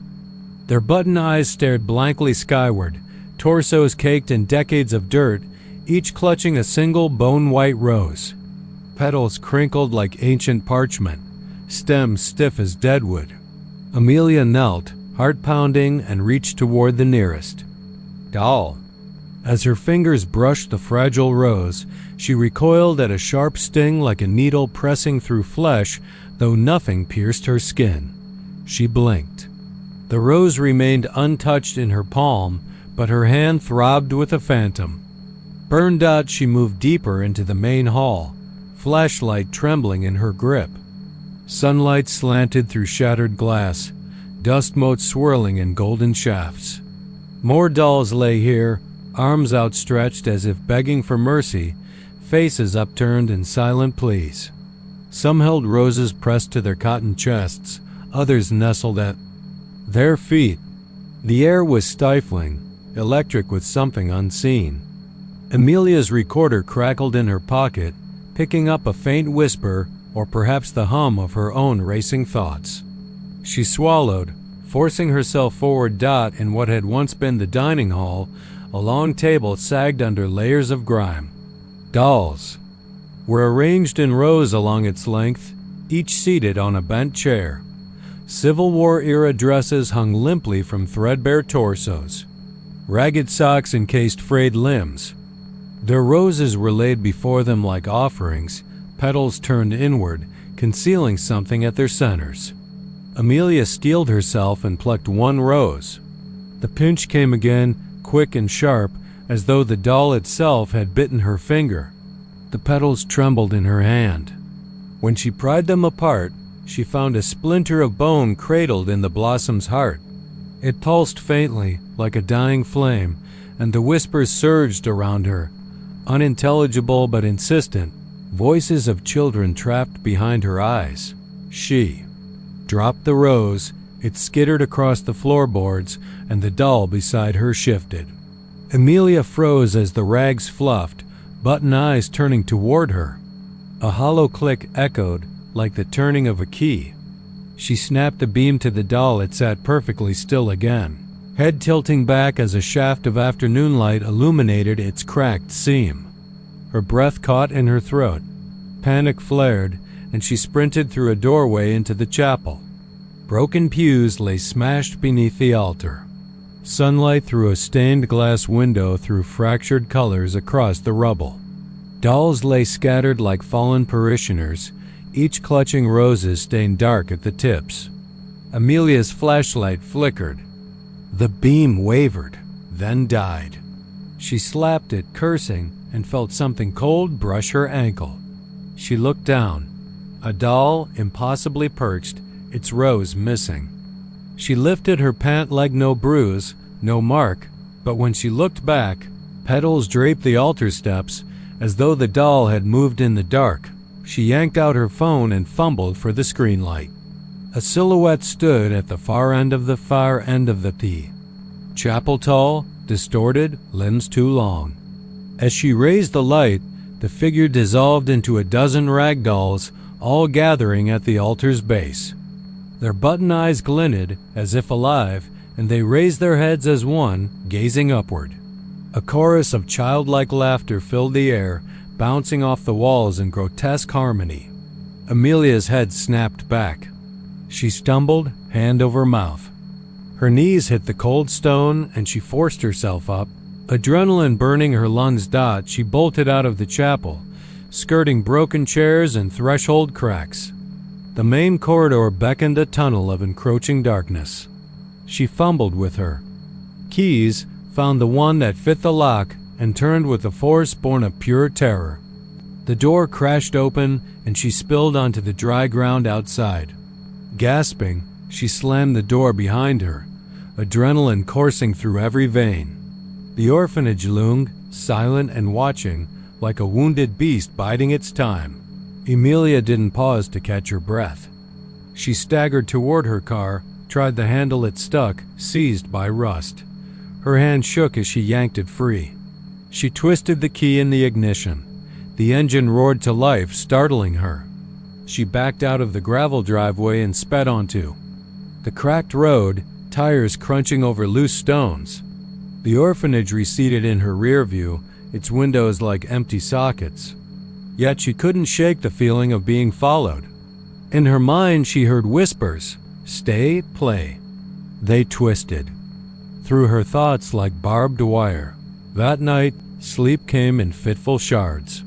She lay in bed, staring at the ceiling fan's slow whirl. The rose she'd picked lay on her knitstand in a glass of water, petals curling at the edges. She stared at it, heart pounding. The room felt colder, air thick with the smell of must and faded fabric. She reached for the rose, intending to toss. It but froze as the point of her finger brushed a petal and felt the pinch again. She yanked her hand back and traced a red welt forming on her fingertip. She gasped, clutching the bedsheet dot at the foot of the bed in the wavering moonlight. A doll sat upright, lopsided against the knitstand. Its rose lay abandoned on the floor. The doll's button eyes caught the moon's glow, two black skulls. In a porcelain face. Amelia's breath hitched, and she wanted to scream, but no sound came. She watched as the doll's head creaked, turning toward her. The wreath of dried roses around its neck rustled. Amelia slammed her eyes shut, convinced she'd woken from a nightmare. When she dared to open them again, the doll was gone, but the rose lay where it had been, its petals dropping silently like ashes dot in the days that followed. The pinch returned. At odd moments, brushing a doorknob, scrawling notes, pouring coffee. Each time, her hand echoed with phantom pain, and the welts bloomed like bruises. She found roses pinned to her jacket lapel in her mailbox, tucked under her windshield wiper. They were impossible. No trace of plant matter on her clothes, no photographer's fingerprints. Yet each morning she woke with fresh bruises and petals. Littering her pillow, her friends grew concerned. She tried to explain, but no one believed the phantom pinch or the roses. They urged her to see a doctor or a therapist, but examinations revealed only mild psoriatic lesions. Her psychiatrist chalked it up to stress. Late at night, though, the whispering came again, pulling her back to Del Rio, to the orphanage. She saw the dolls' faces behind her eyelids, hears. Children giggling at the end of cold hallways. One afternoon, she drove back to Del Rio under a cloudless sky. The orphanage stood as she'd left it, empty, silent, waiting. Her hand shook, but she knew she had to face it to end whatever had tethered her soul to that place. She crossed the threshold again, flashlight in hand, and swept the hallway. Dolls littered the floor, roses still intact, each one a promise of pain. She moved to the dining hall, knelt by the table, and picked up each rose one by one, placing them in a pile. As the last blossom touched its sisters, a chorus of whispers swelled into a roar. The dolls on the chairs shuddered, their seams stretched, locks of ancient hair drifting free. Amelia's flashlight fell, its beam flickering across the table. She saw tiny skeletal hands clawing through the petals, pushing the roses toward her in a silent plea. She grabbed the bundle of roses and sprinted outside into the blazing sun. Behind her, windows shattered, dolls tumbled to the ground, rattling like bones.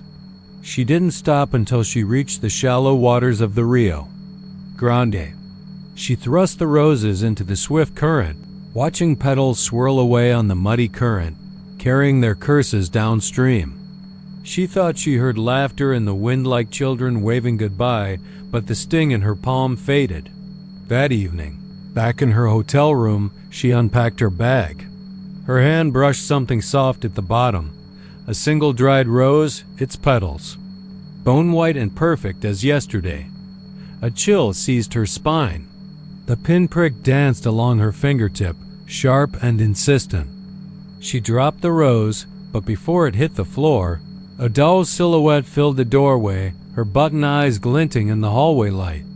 And as the door creaked shut behind it, Amelia understood that some children never leave their homes and ragged souls never let go.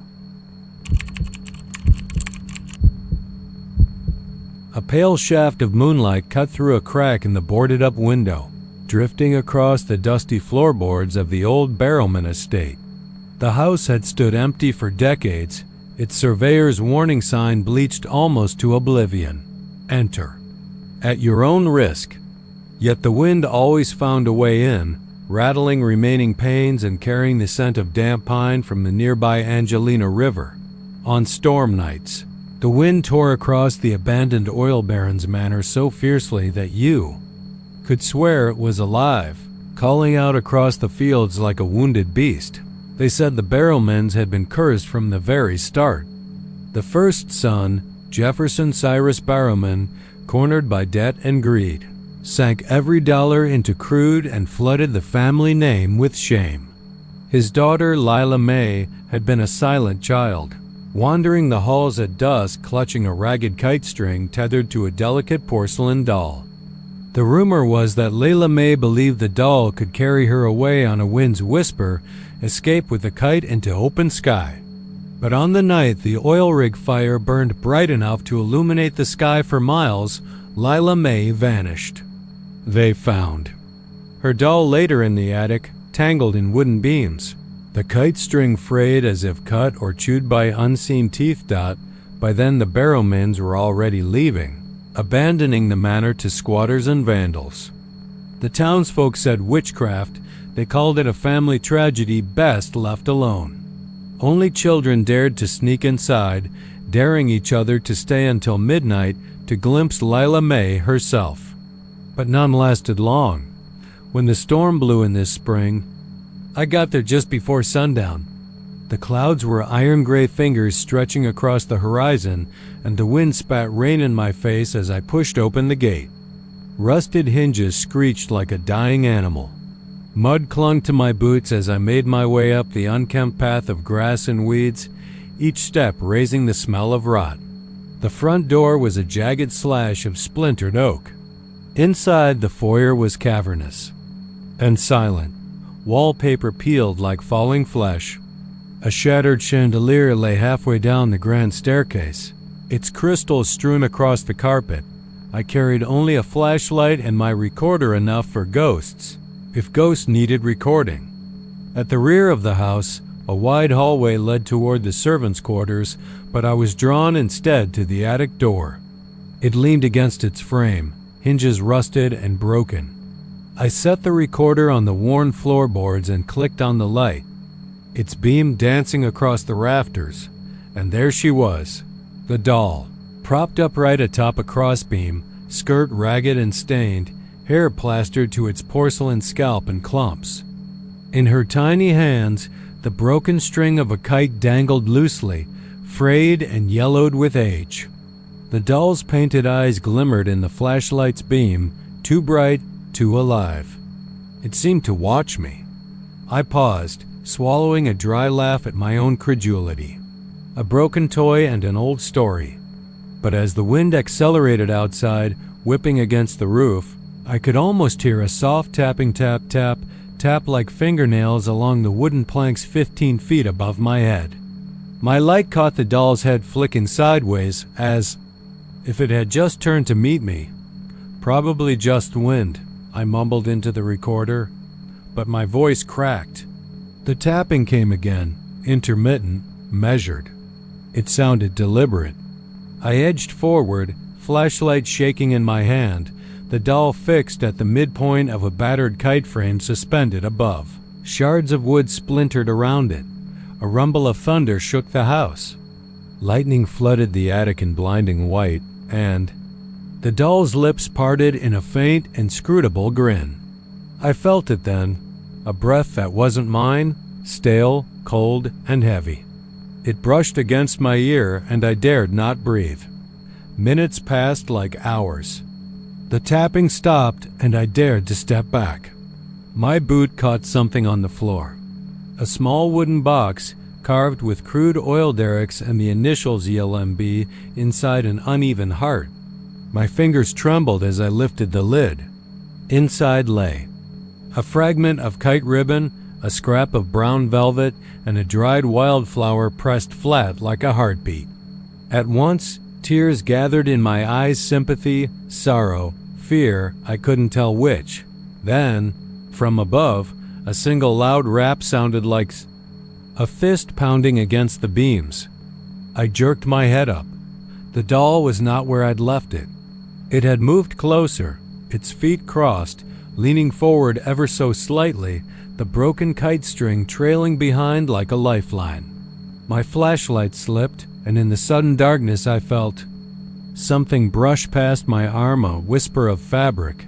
As if a child twirled by my side, I stumbled backward and fell through a rotten patch of floor into the room below. The wood groaned and snapped, leaving me dangling by one sleeve. Hard hammering, I clawed my way free and fled toward the stairs, slamming into the hallway. Thunder boomed overhead, and rain exploded against the windowsills. Footsteps followed. Emmy, soft, deliberate, pacing. I dared not look down at the bottom of the stairs. I skidded around the landing. The hallway stretched ahead, doors on each side. The doll's tapping echoed again, coming from every direction at once. I sprinted toward what I hoped was the front door, my heart in my throat, but the corridor ended in a locked vestibule. Panicked, I tried the windows. They wouldn't budge. The tapping drew closer, now accompanied by a strange susurration, like children sighing in unison. Lightning flared, and I saw them. Dozens of porcelain dolls, their glass eyes reflecting. Lightning like distant stars, perched along the hallway shelves. Each wore a different expression: fear, rage, ecstasy, yet all turned toward me like an audience awaiting a finale. At the far end, upright on a battered side table, stood the kite doll, its grin wider, the kite string looped around its wrist. A lull of silence filled the house. Then a tiny voice, barely more than a breath, whispered, "Fly with me." My scream was swallowed by the thunder. I bolted for the only open doorway, a closet beneath the stairs, and shut myself in. Heart thundering, I pressed my back against the door as rain pounded the roof overhead. The tapping paused, the whispering ceased. I dared not move nor breathe. Minutes ticked by. When I finally forced open the closet door, the hallway was empty. The dolls and the kite doll had vanished as though they had never been. I didn't pause for thought. I scrambled out, ran past the parlor, and through the foyer, up the broken steps and out into the deluge. The wind tore at my clothes, and gravel crunched underfoot as I reached my car. I heard a faint rattling behind me, a soft giggle on the wind, and caught a glimpse through the front window. Lila Mae's kite doll, perched high in the gable, string trailing down like an umbilical cord, its tiny fist tapping against the glass. Slammed the door shut and locked it, chest heaving, eyes frantically searching for another place to hide. The doll's tapping continued, steady and insistent, as the storm howled and the world blurred behind rain.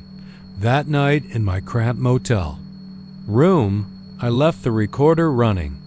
Its light blinked red in the darkness, waiting to capture the impossible. I didn't sleep. In the dead hours before dawn, the recorder picked up tapping, 3 sharp knocks, pause, 5 soft raps echoing through the room like a promise, and then a whisper, "Let go the string." I smashed the recorder before the sun rose. The tape lay in pieces on the floor, bits of plastic and metal and memories. But at dawn I found a fragment of kite string under my pillow, frayed and faded, just like the one Lila Mae once held. And every time the wind gusts through my broken window, I hear the faintest tapping above, counting down to when I'll finally fly. I never wanted to believe the stories they told about Brenham's blue-eyed beauty, but nothing in my life had prepared me for the weight of that doll's gaze. The Caldwell estate, once the crown jewel of Texas dairy fortune, stood half-sunken. Behind a copse of live oaks, its paint flaking like old cream. The nursery windows gaped skyward, glass gone long ago, and shafts of morning light sifted through dust so thick it tasted of old hay. I'd been hired as a caretaker, just someone to sweep floors and air out the empty rooms, but the moment I laid eyes on her, propped against the far wall on a chipped wicker cradle, I knew the job would cost more than my wages.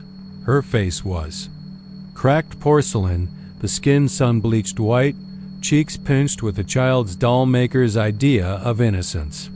But it was her eyes, two smooth orbs of ocean blue that held you as though they'd swallowed the gulf itself. The first morning I found her, the tears had already started. Tiny rivulets of wax ran down her hollow cheeks, pooling in the fibers of her lilac dress. I wiped them away, snuffing them like candle drips, and wondered if the heat of the Texas dawn had melted something inside her skull. I left the nursery door open for the wind to blow those stale, hot breaths out, and went off to check troughs. And fence lines dot by the third sunrise, I was shaking. The wax tears had returned, thicker now, smeared in dark trails across her face. When I tried to lift her from the cradle, her little porcelain feet felt unnaturally cold, as though she'd been lying in the graveyard at dawn. A foul smell like churned milk gone rancid hovered in the air, and I realized the nursery's old mattress, stuffed with hay, had rotted beyond all sense of life. The plaster cracked and fell in flakes when I touched the walls. At dusk, I'd see the doll leaning forward as if seeking comfort. At dawn, the tears would come again. I began poring over Caldwell family files in town, searching for explanations in birth records or death certificates. They said Beatrice Caldwell had an only daughter, young Lily, who died one July morning. In 1892, the local doctor chalked it up to consumption or a chilled fever, but the stories whispered that Lily had been playing with her doll in the nursery when a bolt of lightning struck the estate's weather vane. The child's last cries supposedly echoed through the halls, and the doll, her nightly companion, was never seen outside that room again. Some claim that, in the early years, Caldwell maids woke to hear a child weeping, but found no one. In the crib, only that doll's blue eyes streaming those wax tears. I laughed when I first read that, but laughter felt brittle now. Something inside the manor shifted each time I cleaned the smudges away. The air grew thick, sweet as spoiled cream, and the windows rattled at midnight, though no wind blew. I began sleeping on the porch in a metal cot where the crickets drowned. Out the dead hush, but even there I'd see her silhouette at the window, that small head poised, hair matted, her eyes glinting with fatal invitation. I tried reasoning, maybe a hidden leak of beeswax from old floorboards melting in the Texas heat. But that didn't explain the way the cradle rocked slightly before dawn, or the soft drip-drip echoing down the hallway. One morning, I swore I heard her laugh. It was a hollow sound like porcelain clinking against itself, and it woke me before sunrise. My lantern swung over peeling wallpaper as I crept toward the nursery. The door stood open, though I'd closed it the night before. Inside, the cradle was empty. My heart pounded as I scanned the room. No doll, no cries, only that sour, sweet stench. Then I turned, and there she was, sitting on the dusty floor in a shaft of pale light, her eyes fixed on me, tears spilling over once more. Knelt, my hands trembling, and reached out only to see the wax drip onto my fingers, cold and slippery. I tasted it on my tongue. Metal, salt, something bitter and alive. I stumbled back, dropping the lantern, and when I dared to look again, the doll was gone.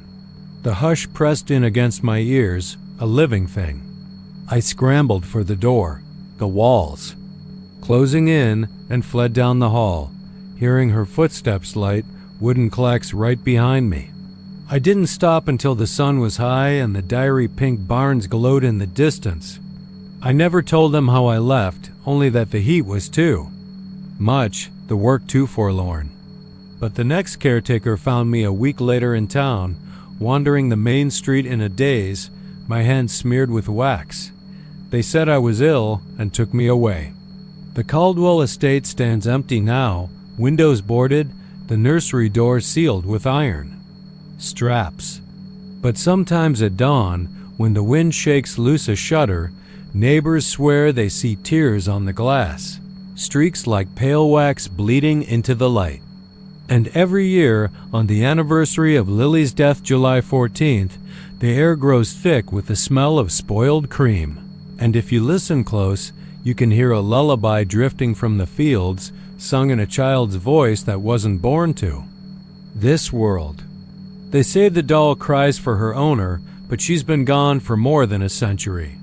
Now she waits for those who listen, and for the next pair of hands to wipe the wax from her cheeks, only to have it return with the sunrise.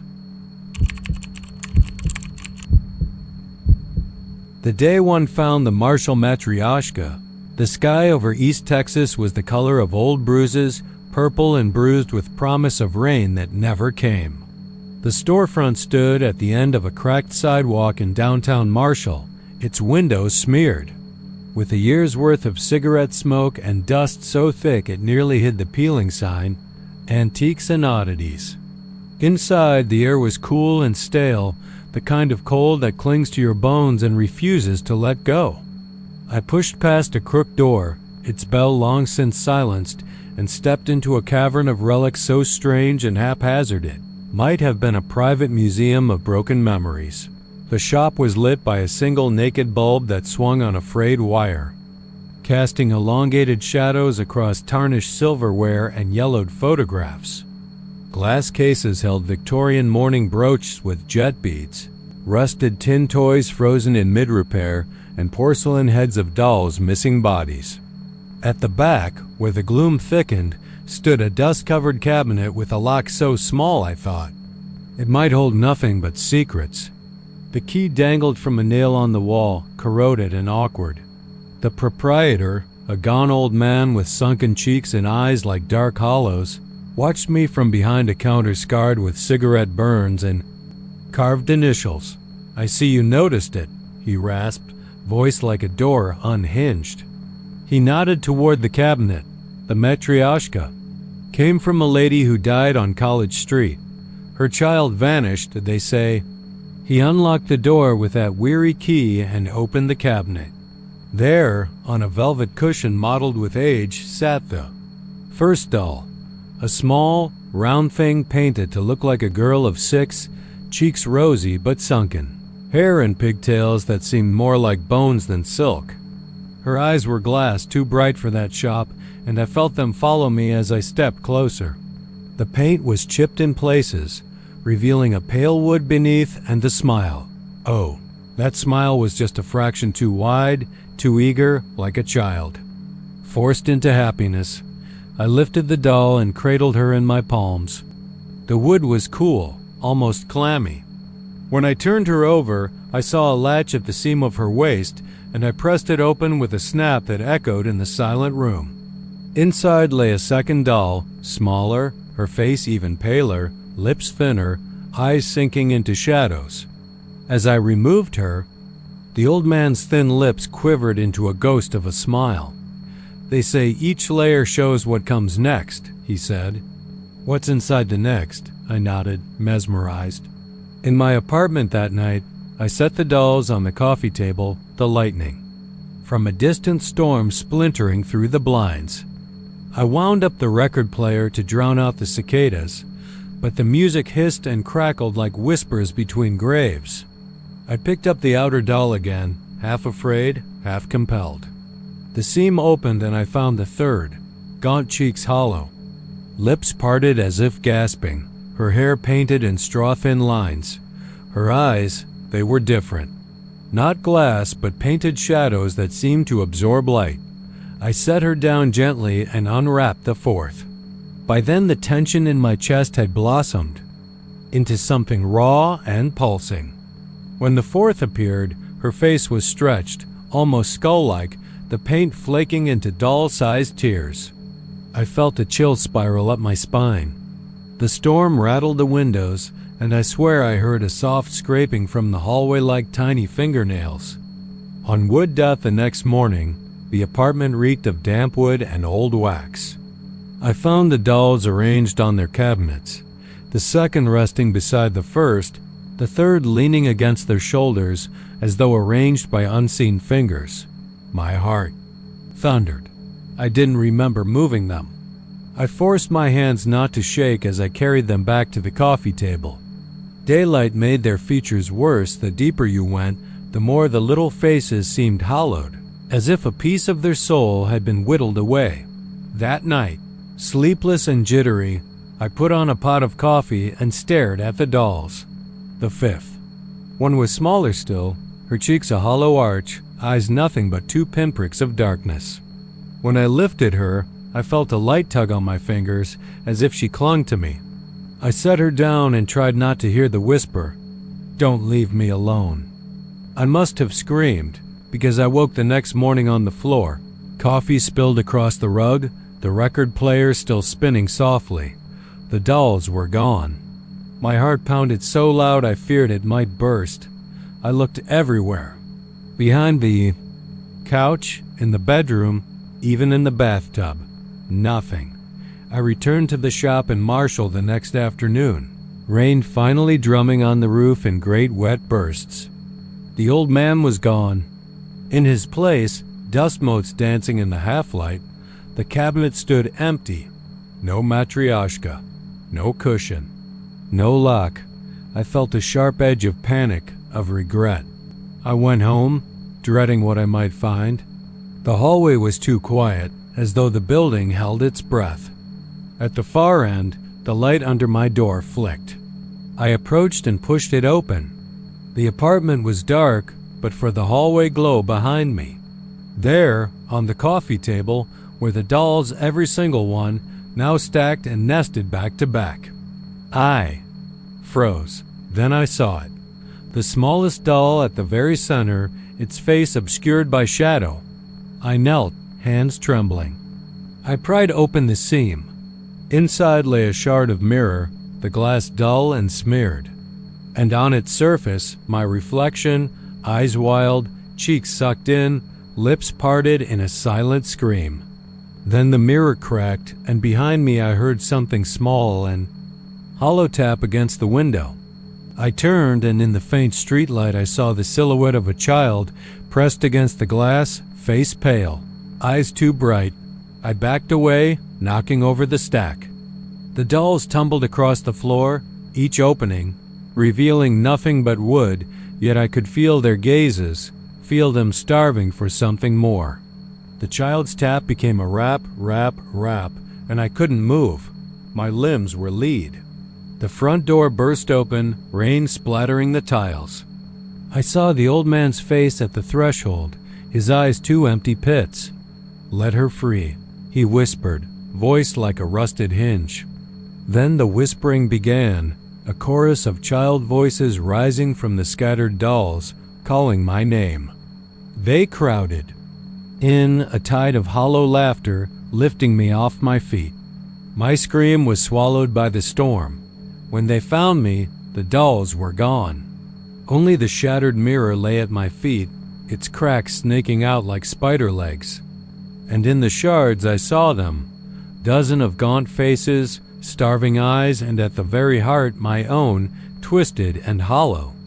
I should have known better than to open that little wooden girl, because once you begin to unnest what's inside, you discover. The only way out is to let something else slip in, and in Marshall, Texas, it's the hungry ones you should fear most. I moved into the old guard's house on Pecan Street in Denton, knowing exactly two things: that the stories about the hidden cellar were local legend, and that curiosity kills. First time I saw the trapdoor, I thought maybe it led to storage old furniture, maybe crates of rusted tools. It was tucked beneath warped floorboards in the back parlor, half hidden by a threadbare rug. A single bolt held its tongue shut, and when I lifted it, a rush of stale air and dust rolled up my arms like claws. The stairs collapsed under my flashlight's beam, revealing a narrow stairwell gouged into the limestone bedrock below. At the bottom, the walls closed in, low ceiling, just enough room to stand. The smell of damp earth, mildew, and something sour, almost coppery, stung my nose. I never believed in curses or dolls.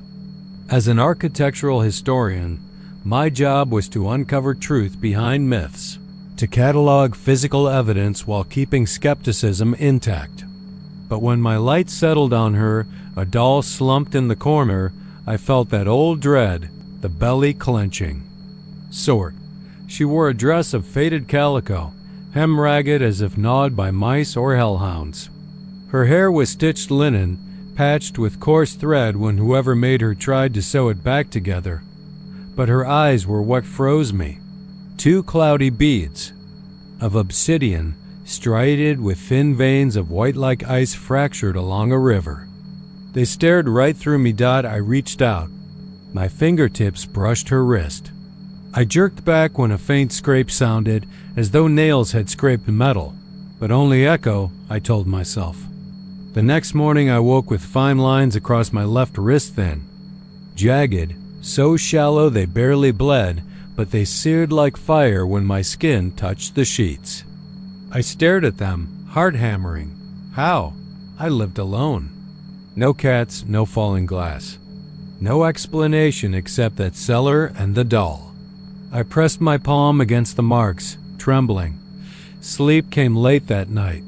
My dreams flickered with candlelight, and child's laughter echoing down stone corridors. I saw the guard's boots, planted at the top of those steps, boots glinting with brass nails, and he carried something away, something small, something alive. I woke to soft tapping, like fingernails drumming on wood. The sound came from the parlor floor. I jolted upright. The trapdoor cover rattled. Morning felt fragile, like a borrowed moment. I avoided the cellar, but every time I reached to open a cabinet or tug at a loose floorboard, my eyes flicked that way, half expecting the bolt to jiggle. I tried to clean the scratches, hydrogen peroxide, antiseptic ointment, but new ones appeared overnight, slender slashes circling my wrists like garters. Each morning I found them, identical scars that whispered of obsession. I began wearing long sleeves despite the Texas heat. Residents told me the house belonged to Deputy Sheriff Matthias Rilland in the 1880s, the man charged with guarding prisoners in the Denton County Jail. He was a stern man, they said. His daughter, Ruth, died of fever and was buried in an unmarked grave on the property. The stories diverged. Some said Rilland created the cellar as an extension of his duty, an underground tunnel to transport prisoners safely. Others whispered he kept something down there, something Ruth had left behind. I found a brittle letter in the attic, folded into an old ledger. "Forgive me, Mama. I didn't mean to hurt him," it read, scrawled in childish loops. No signature. That night I lit a lantern and climbed down. Air thick as wool pressed against my chest. My lantern cast a pool of yellow that trembled as I descended. In the corner, the doll waited, perched on a stone shelf carved into the wall. I carried my notebook, intending to sketch it for my report. When I lifted it by the ragged hem, I felt a tremor in her body, as though she sighed. My flashlight caught the edge of a seam at her back, raw, frayed. I knelt, gently prying it open. Inside were scraps of something soft, matted with dark stains. When I pressed, hot liquid oozed between the stitches, wax-tinted red. I gagged, dropping the doll. Her head lolled to the side, and in the lantern glow, her eyes gleamed weightily. I fled up the stairs, lantern forgotten. By morning, my wrists bore fresh scratches, this time deeper, angled, and I noticed bruises streaking up my forearms, as if I'd worn some unseen shackles. My reflection in the mirror startled me, eyes wide, lips slack. I realized I hadn't eaten in 24 hours. Desperate, I called in a friend, a folklorist named Wanda, who'd studied haunted dolls. She arrived with burlap sacks and prayers on her lips. We climbed down together. I pointed to the doll. She traced a finger along the seams. "They say a spirit binds itself to the object of greatest memory," she whispered, "to punish the living." She wrapped it carefully, murmuring incantations. We hauled it up, drove to a secluded stretch of woods near Razor Lake. Wanda dug a pit and lowered the sack inside. She sprinkled salt and said words I didn't catch. Then she buried it. I went home believing the curse broken, that the scratches would fade. My life returned to normal. But they didn't. Instead, scratches blossomed across my shoulders, my neck. At night, I heard the soft scrape of nails behind doors, the rumble of a child's sob. I saw movement in the corner of my eye shifts of a small figure darting away. My limbs felt heavy, like weighted by lead. One morning I woke in the cellar. The trapdoor lay open. Lantern flickered on the bottom step. How long had I been there? The air was colder. When I touched the walls to steady myself, I felt wetness, liquid warmth dripping down my arms. I looked down. My skin parted where the nails had scored, and there, between the cracks, tiny fingers curled around my flesh. I screamed, yanking free, but the lantern tumbled, extinguishing in a puff of smoke. In the dark, I heard a raspy giggle. I stumbled. Upward, bursting through the trapdoor and collapsing onto the parlor floor. Dust motes drifted in the sunlight. I scrambled to my feet. The room seemed empty. I bolted to the edge of town, knuckles raw from frantic pounding. I didn't stop until I reached the Denton County Historical Society. Inside, I lounged breathless across a table, begging to see their archive. They led me to a row of glass cases. Behind one lay a photograph. Deputy Ryland, stiff-backed next to his daughter, Ruth, clutching the calico doll. Her eyes, though dulled by age, matched those in my nightmares. Tattered edges, coarse mending identical. A clerk pointed out the inscription, R.D. 1884. Ruth died that year of consumption. After her death, Ryland vanished from Denton. Rumor said he wandered the prison tunnels, whispering into cell bars, mumbling to unseen children. They believed he'd sewn her spirit into the doll, then bricked it into the cellar to keep it until I loosened the bolt. I understood then. You can't bury grief that deep. It festers. It claws its way out. I ran back to my car, but the engine wouldn't turn. I looked up. The doll stood on the dashboard, dress frayed, eyes gleaming with fresh malice. My arms twinged. Half-healed scars seethed. She cocked her head. The barred windows of the jail gleamed in her pupils. I shut the driver's door, heart pounding.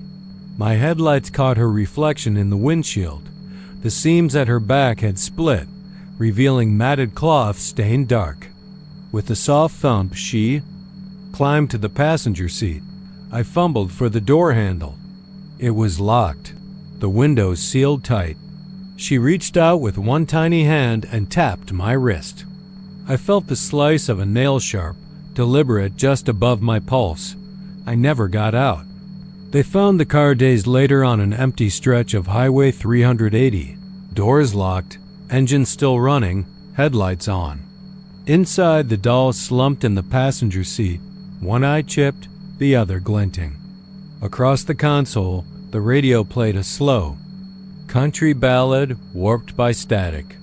On the windshield in tiny scratches, the words, "She's alone now."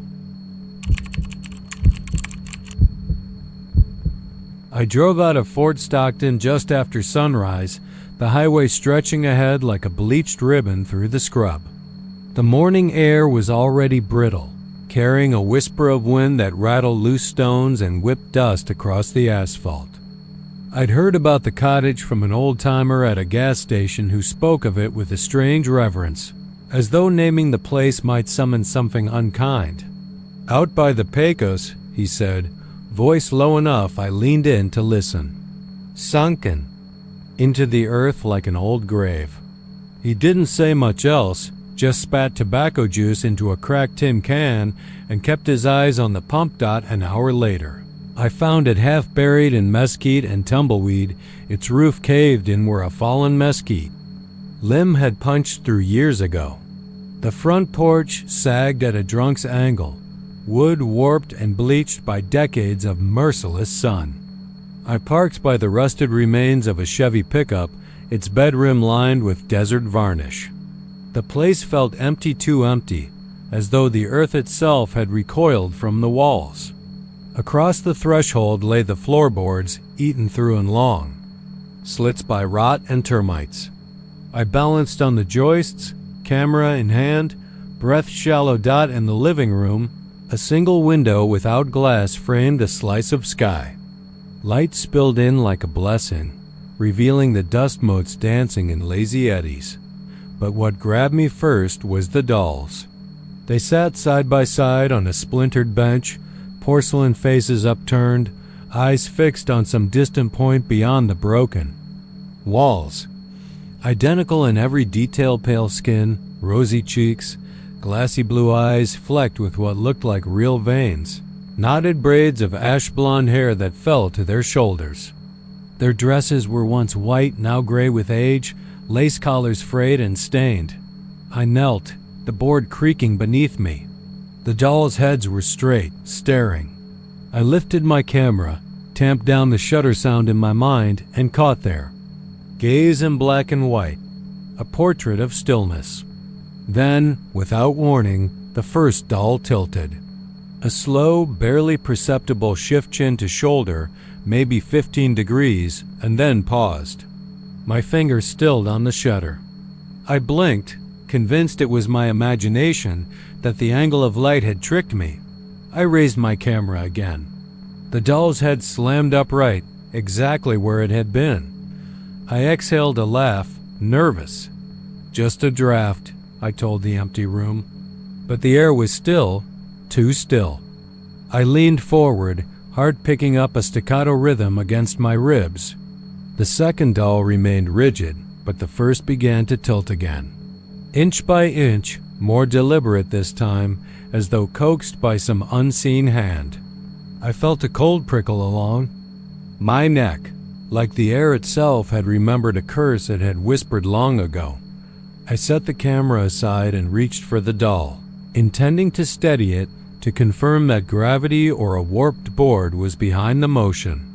My fingers hovered centimeters from the porcelain shoulder, and the doll froze mid-tilt. The second doll began to move then, matching the tilt in perfect synchronicity. My breath caught in my throat. All reasoning fled. The two dolls leaned toward each other, as if sharing some private secret in that abandoned room. I tried to back away, but the board groaned and a cloud of dust billowed. When it cleared, the dolls were both upright, staring straight ahead again. I groped for my camera, heart hammering, hands shaking. I fired off 3 frames in quick succession. When I looked through the viewfinder, their heads were straight, but in each shot the angle was ever so slightly off, as though they'd reset themselves just after I clicked. I stumbled backward, tripping over debris, landing on my elbow. Pain flared, but I didn't care. I swept my gaze across the room, looking for something. An animal? A string?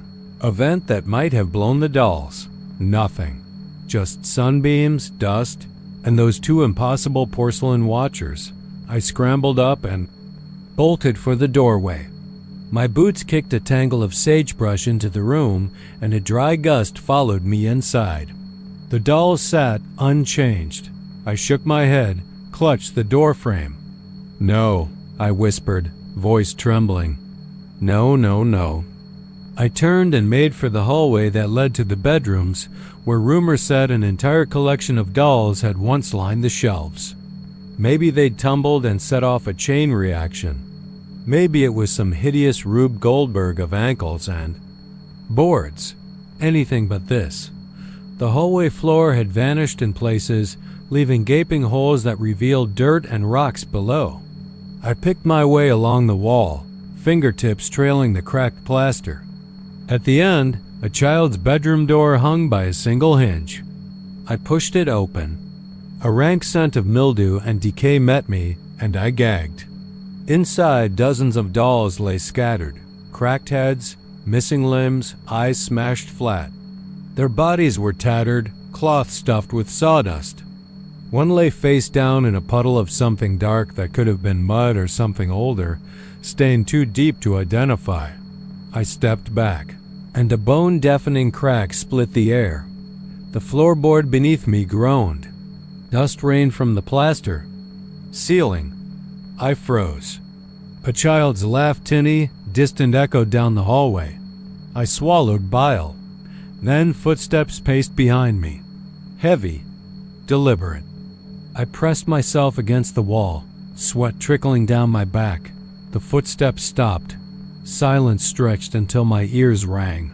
Then came a slow, shuffling drag, like someone pulling a branch across the floor. My heart lodged in my throat. I dared to turn. In the doorway, half shrouded by shadow, stood a little girl in a faded gingham dress. Her hair was tangled, straw blonde, matted with dust. She clutched one of the porcelain dolls, the first doll from the living room. Its head was crooked at that same terrible angle. The girl's face was blank, no expression, no recognition, yet her eyes gleamed with something ancient. She raised the doll, tilting it toward me. Then, in perfect unison, the doll's head snapped upright, shoulders straight. The girl blinked, and her head tilted to mirror the doll's earlier motion. I understood then. I saw the rhythm, the unnatural choreography. It wasn't the dolls yielding to gravity. It was something else painting its will on their fragile necks. I turned and fled, stumbling down the hallway, over holes, out into the blinding sun. I didn't look back until I reached my car. When I did, the cottage sat silent, boarded windows like dead eyes staring at me. I half expected the girl to appear at the window, tilting her head in greeting, but there was nothing. Just the wind kicking up dust. I packed my camera and drove away, hands white-knuckled on the wheel. For miles, I sat in silence, mind racing. At a rest stop, I pulled the film out and held it to the light. Dark blotches, streaks, nothing but static. Probably overexposure or a botched roll. No sign of dolls, no evidence of movement. No proof of anything but my own frayed nerves. That night in a motel outside Marathon, I lay awake, staring at the ceiling. The wind howled against the window, sounding for all the world like faint giggles. My skin crawled. I tried to tell myself it was nothing, just the desert playing tricks. But I couldn't shake the vision of those twin porcelain heads leaning, in slow, deliberate ecstasy. The girl's blank face, twisting, matching some unseen conductor's cue. When I finally fell into a fitful sleep, I dreamed of broken porcelain teeth scattered across a dusty floor. I woke to my camera beside me. On the knit stand, the film was long gone. I'd left it in the car. But there, in the sensor slot where I'd hastily shoved the rollback, lay a single shard of pale glazed ceramic. Smooth edges, possibly cold. I picked it up, fingertips numb at the chill. For a moment, I thought I heard a tiny click, a sound, like the snap of a doll's neck resetting itself. The shard slipped from my fingers and clattered to the carpet. I sat up, breath coming in ragged gasps, and stared at the black case where my camera lay. I didn't hear anything else. Just the wind and maybe, if I listened close enough, the faint, echoing tilt of porcelain heads in the dark. The wind off the Gulf had a voice that night, low and keening, as I stepped onto the sand by the ruined pier. The boards creaked under my boots-rotted planks, salt slick and splintered, leading me to the half-buried entrance of the crypt. A faint brine hung in the air, mingled with something fouler, the sour tang of decay. Above, a seagull cried, then dove, its scream swallowed by the swell of waves crashing against the rusted pilings. I'd come chasing a story, the local legend, of Captain Silas Bonetti's daughter, Clara, lost at sea in 1843, and the doll said to lie with her bones. I was nothing more than a freelance writer hungry for a ghost tale, until the crypt door groaned open behind me. The chamber was carved from coral limestone, its walls mottled green with algae and black with soot. Moonlight spilled in through gaps overhead, illuminating ornate carvings of ships' wheels and rotting barnacles. At the far end, half sunken in damp sand, lay the doll. It was wrapped in slimy strands of seaweed and kelp. The fabric of its dress rotted away to reveal wood splintering beneath. Its porcelain face cracked like a dried riverbed tilted forward, eyes fixed on where I stood. My breath caught. For a moment, I could almost believe the seaweed shifted of its own accord, tightening around its neck like a noose. I knelt, wiping my sleeve across the doll's face. Under the salt crust, its glass eyes were a storm gray, flecked with blue like Gulf waters under a thundercloud. The air around me plummeted in temperature. My own exhalations hung heavy as mist. I pressed my fingers to the doll's cheek and felt a pulse slow, deliberate, like a heartbeat. A drip of water fell from the ceiling, splashing on the crypt's floor, and in that echo I heard it. A faint, childlike giggle, distant and damp.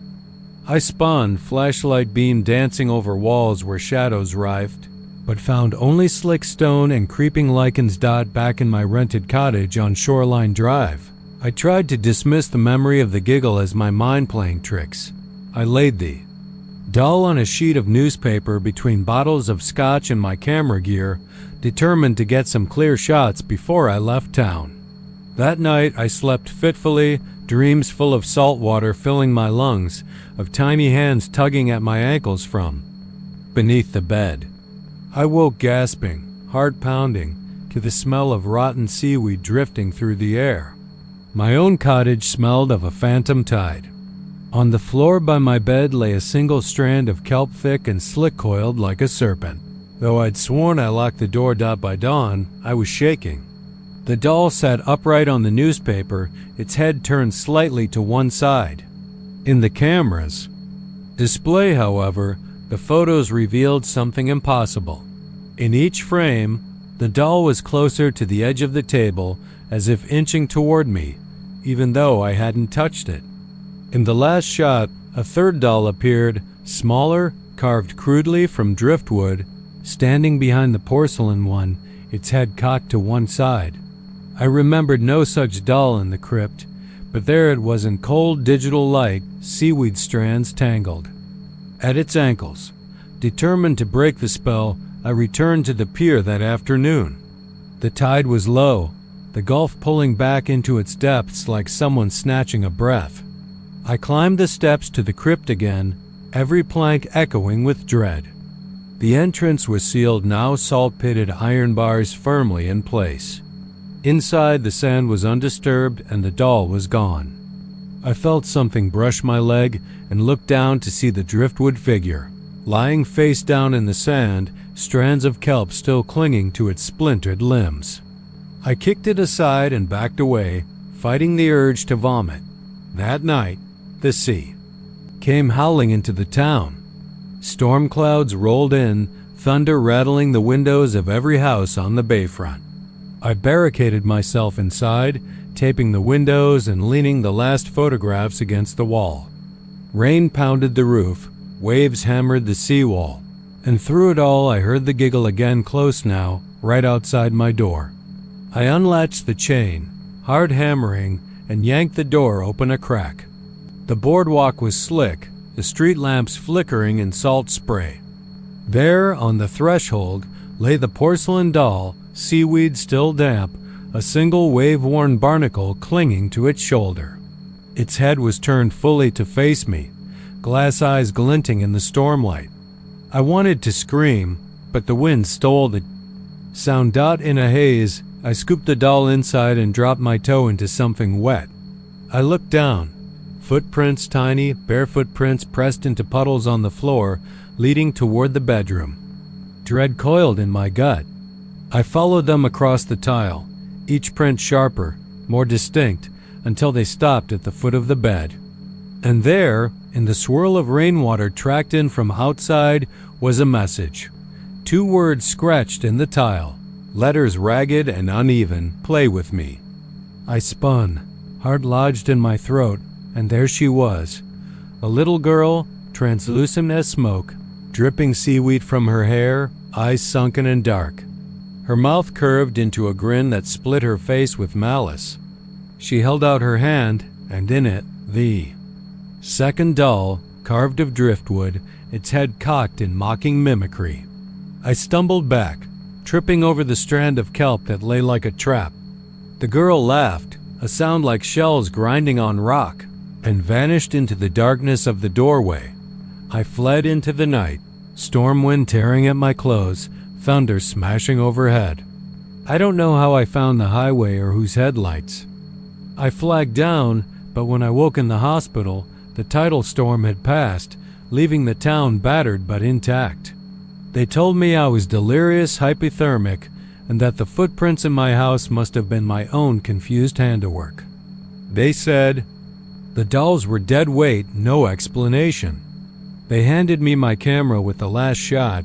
It was just a photo of an empty threshold. No doll, no seaweed, no footprints. But I remember. I remember the brine on my tongue, the weight of tiny porcelain hands clenching my own. I remember the stormy eyes of that girl and the drifting fog in her hair. And last night, when I fell asleep to the lullaby of crickets, I woke at 3:15 a.m. to the sound of gentle tapping against my window. There, on the sill, sat the porcelain doll, seaweed wound tight, staring in at me with those gray-blue eyes. I know what she wants. I can smell the salt and decay in my apartment now, filling every corner. And downstairs, beneath the floorboards, I hear that faint giggle calling me back. I haven't slept since. The tide is rising.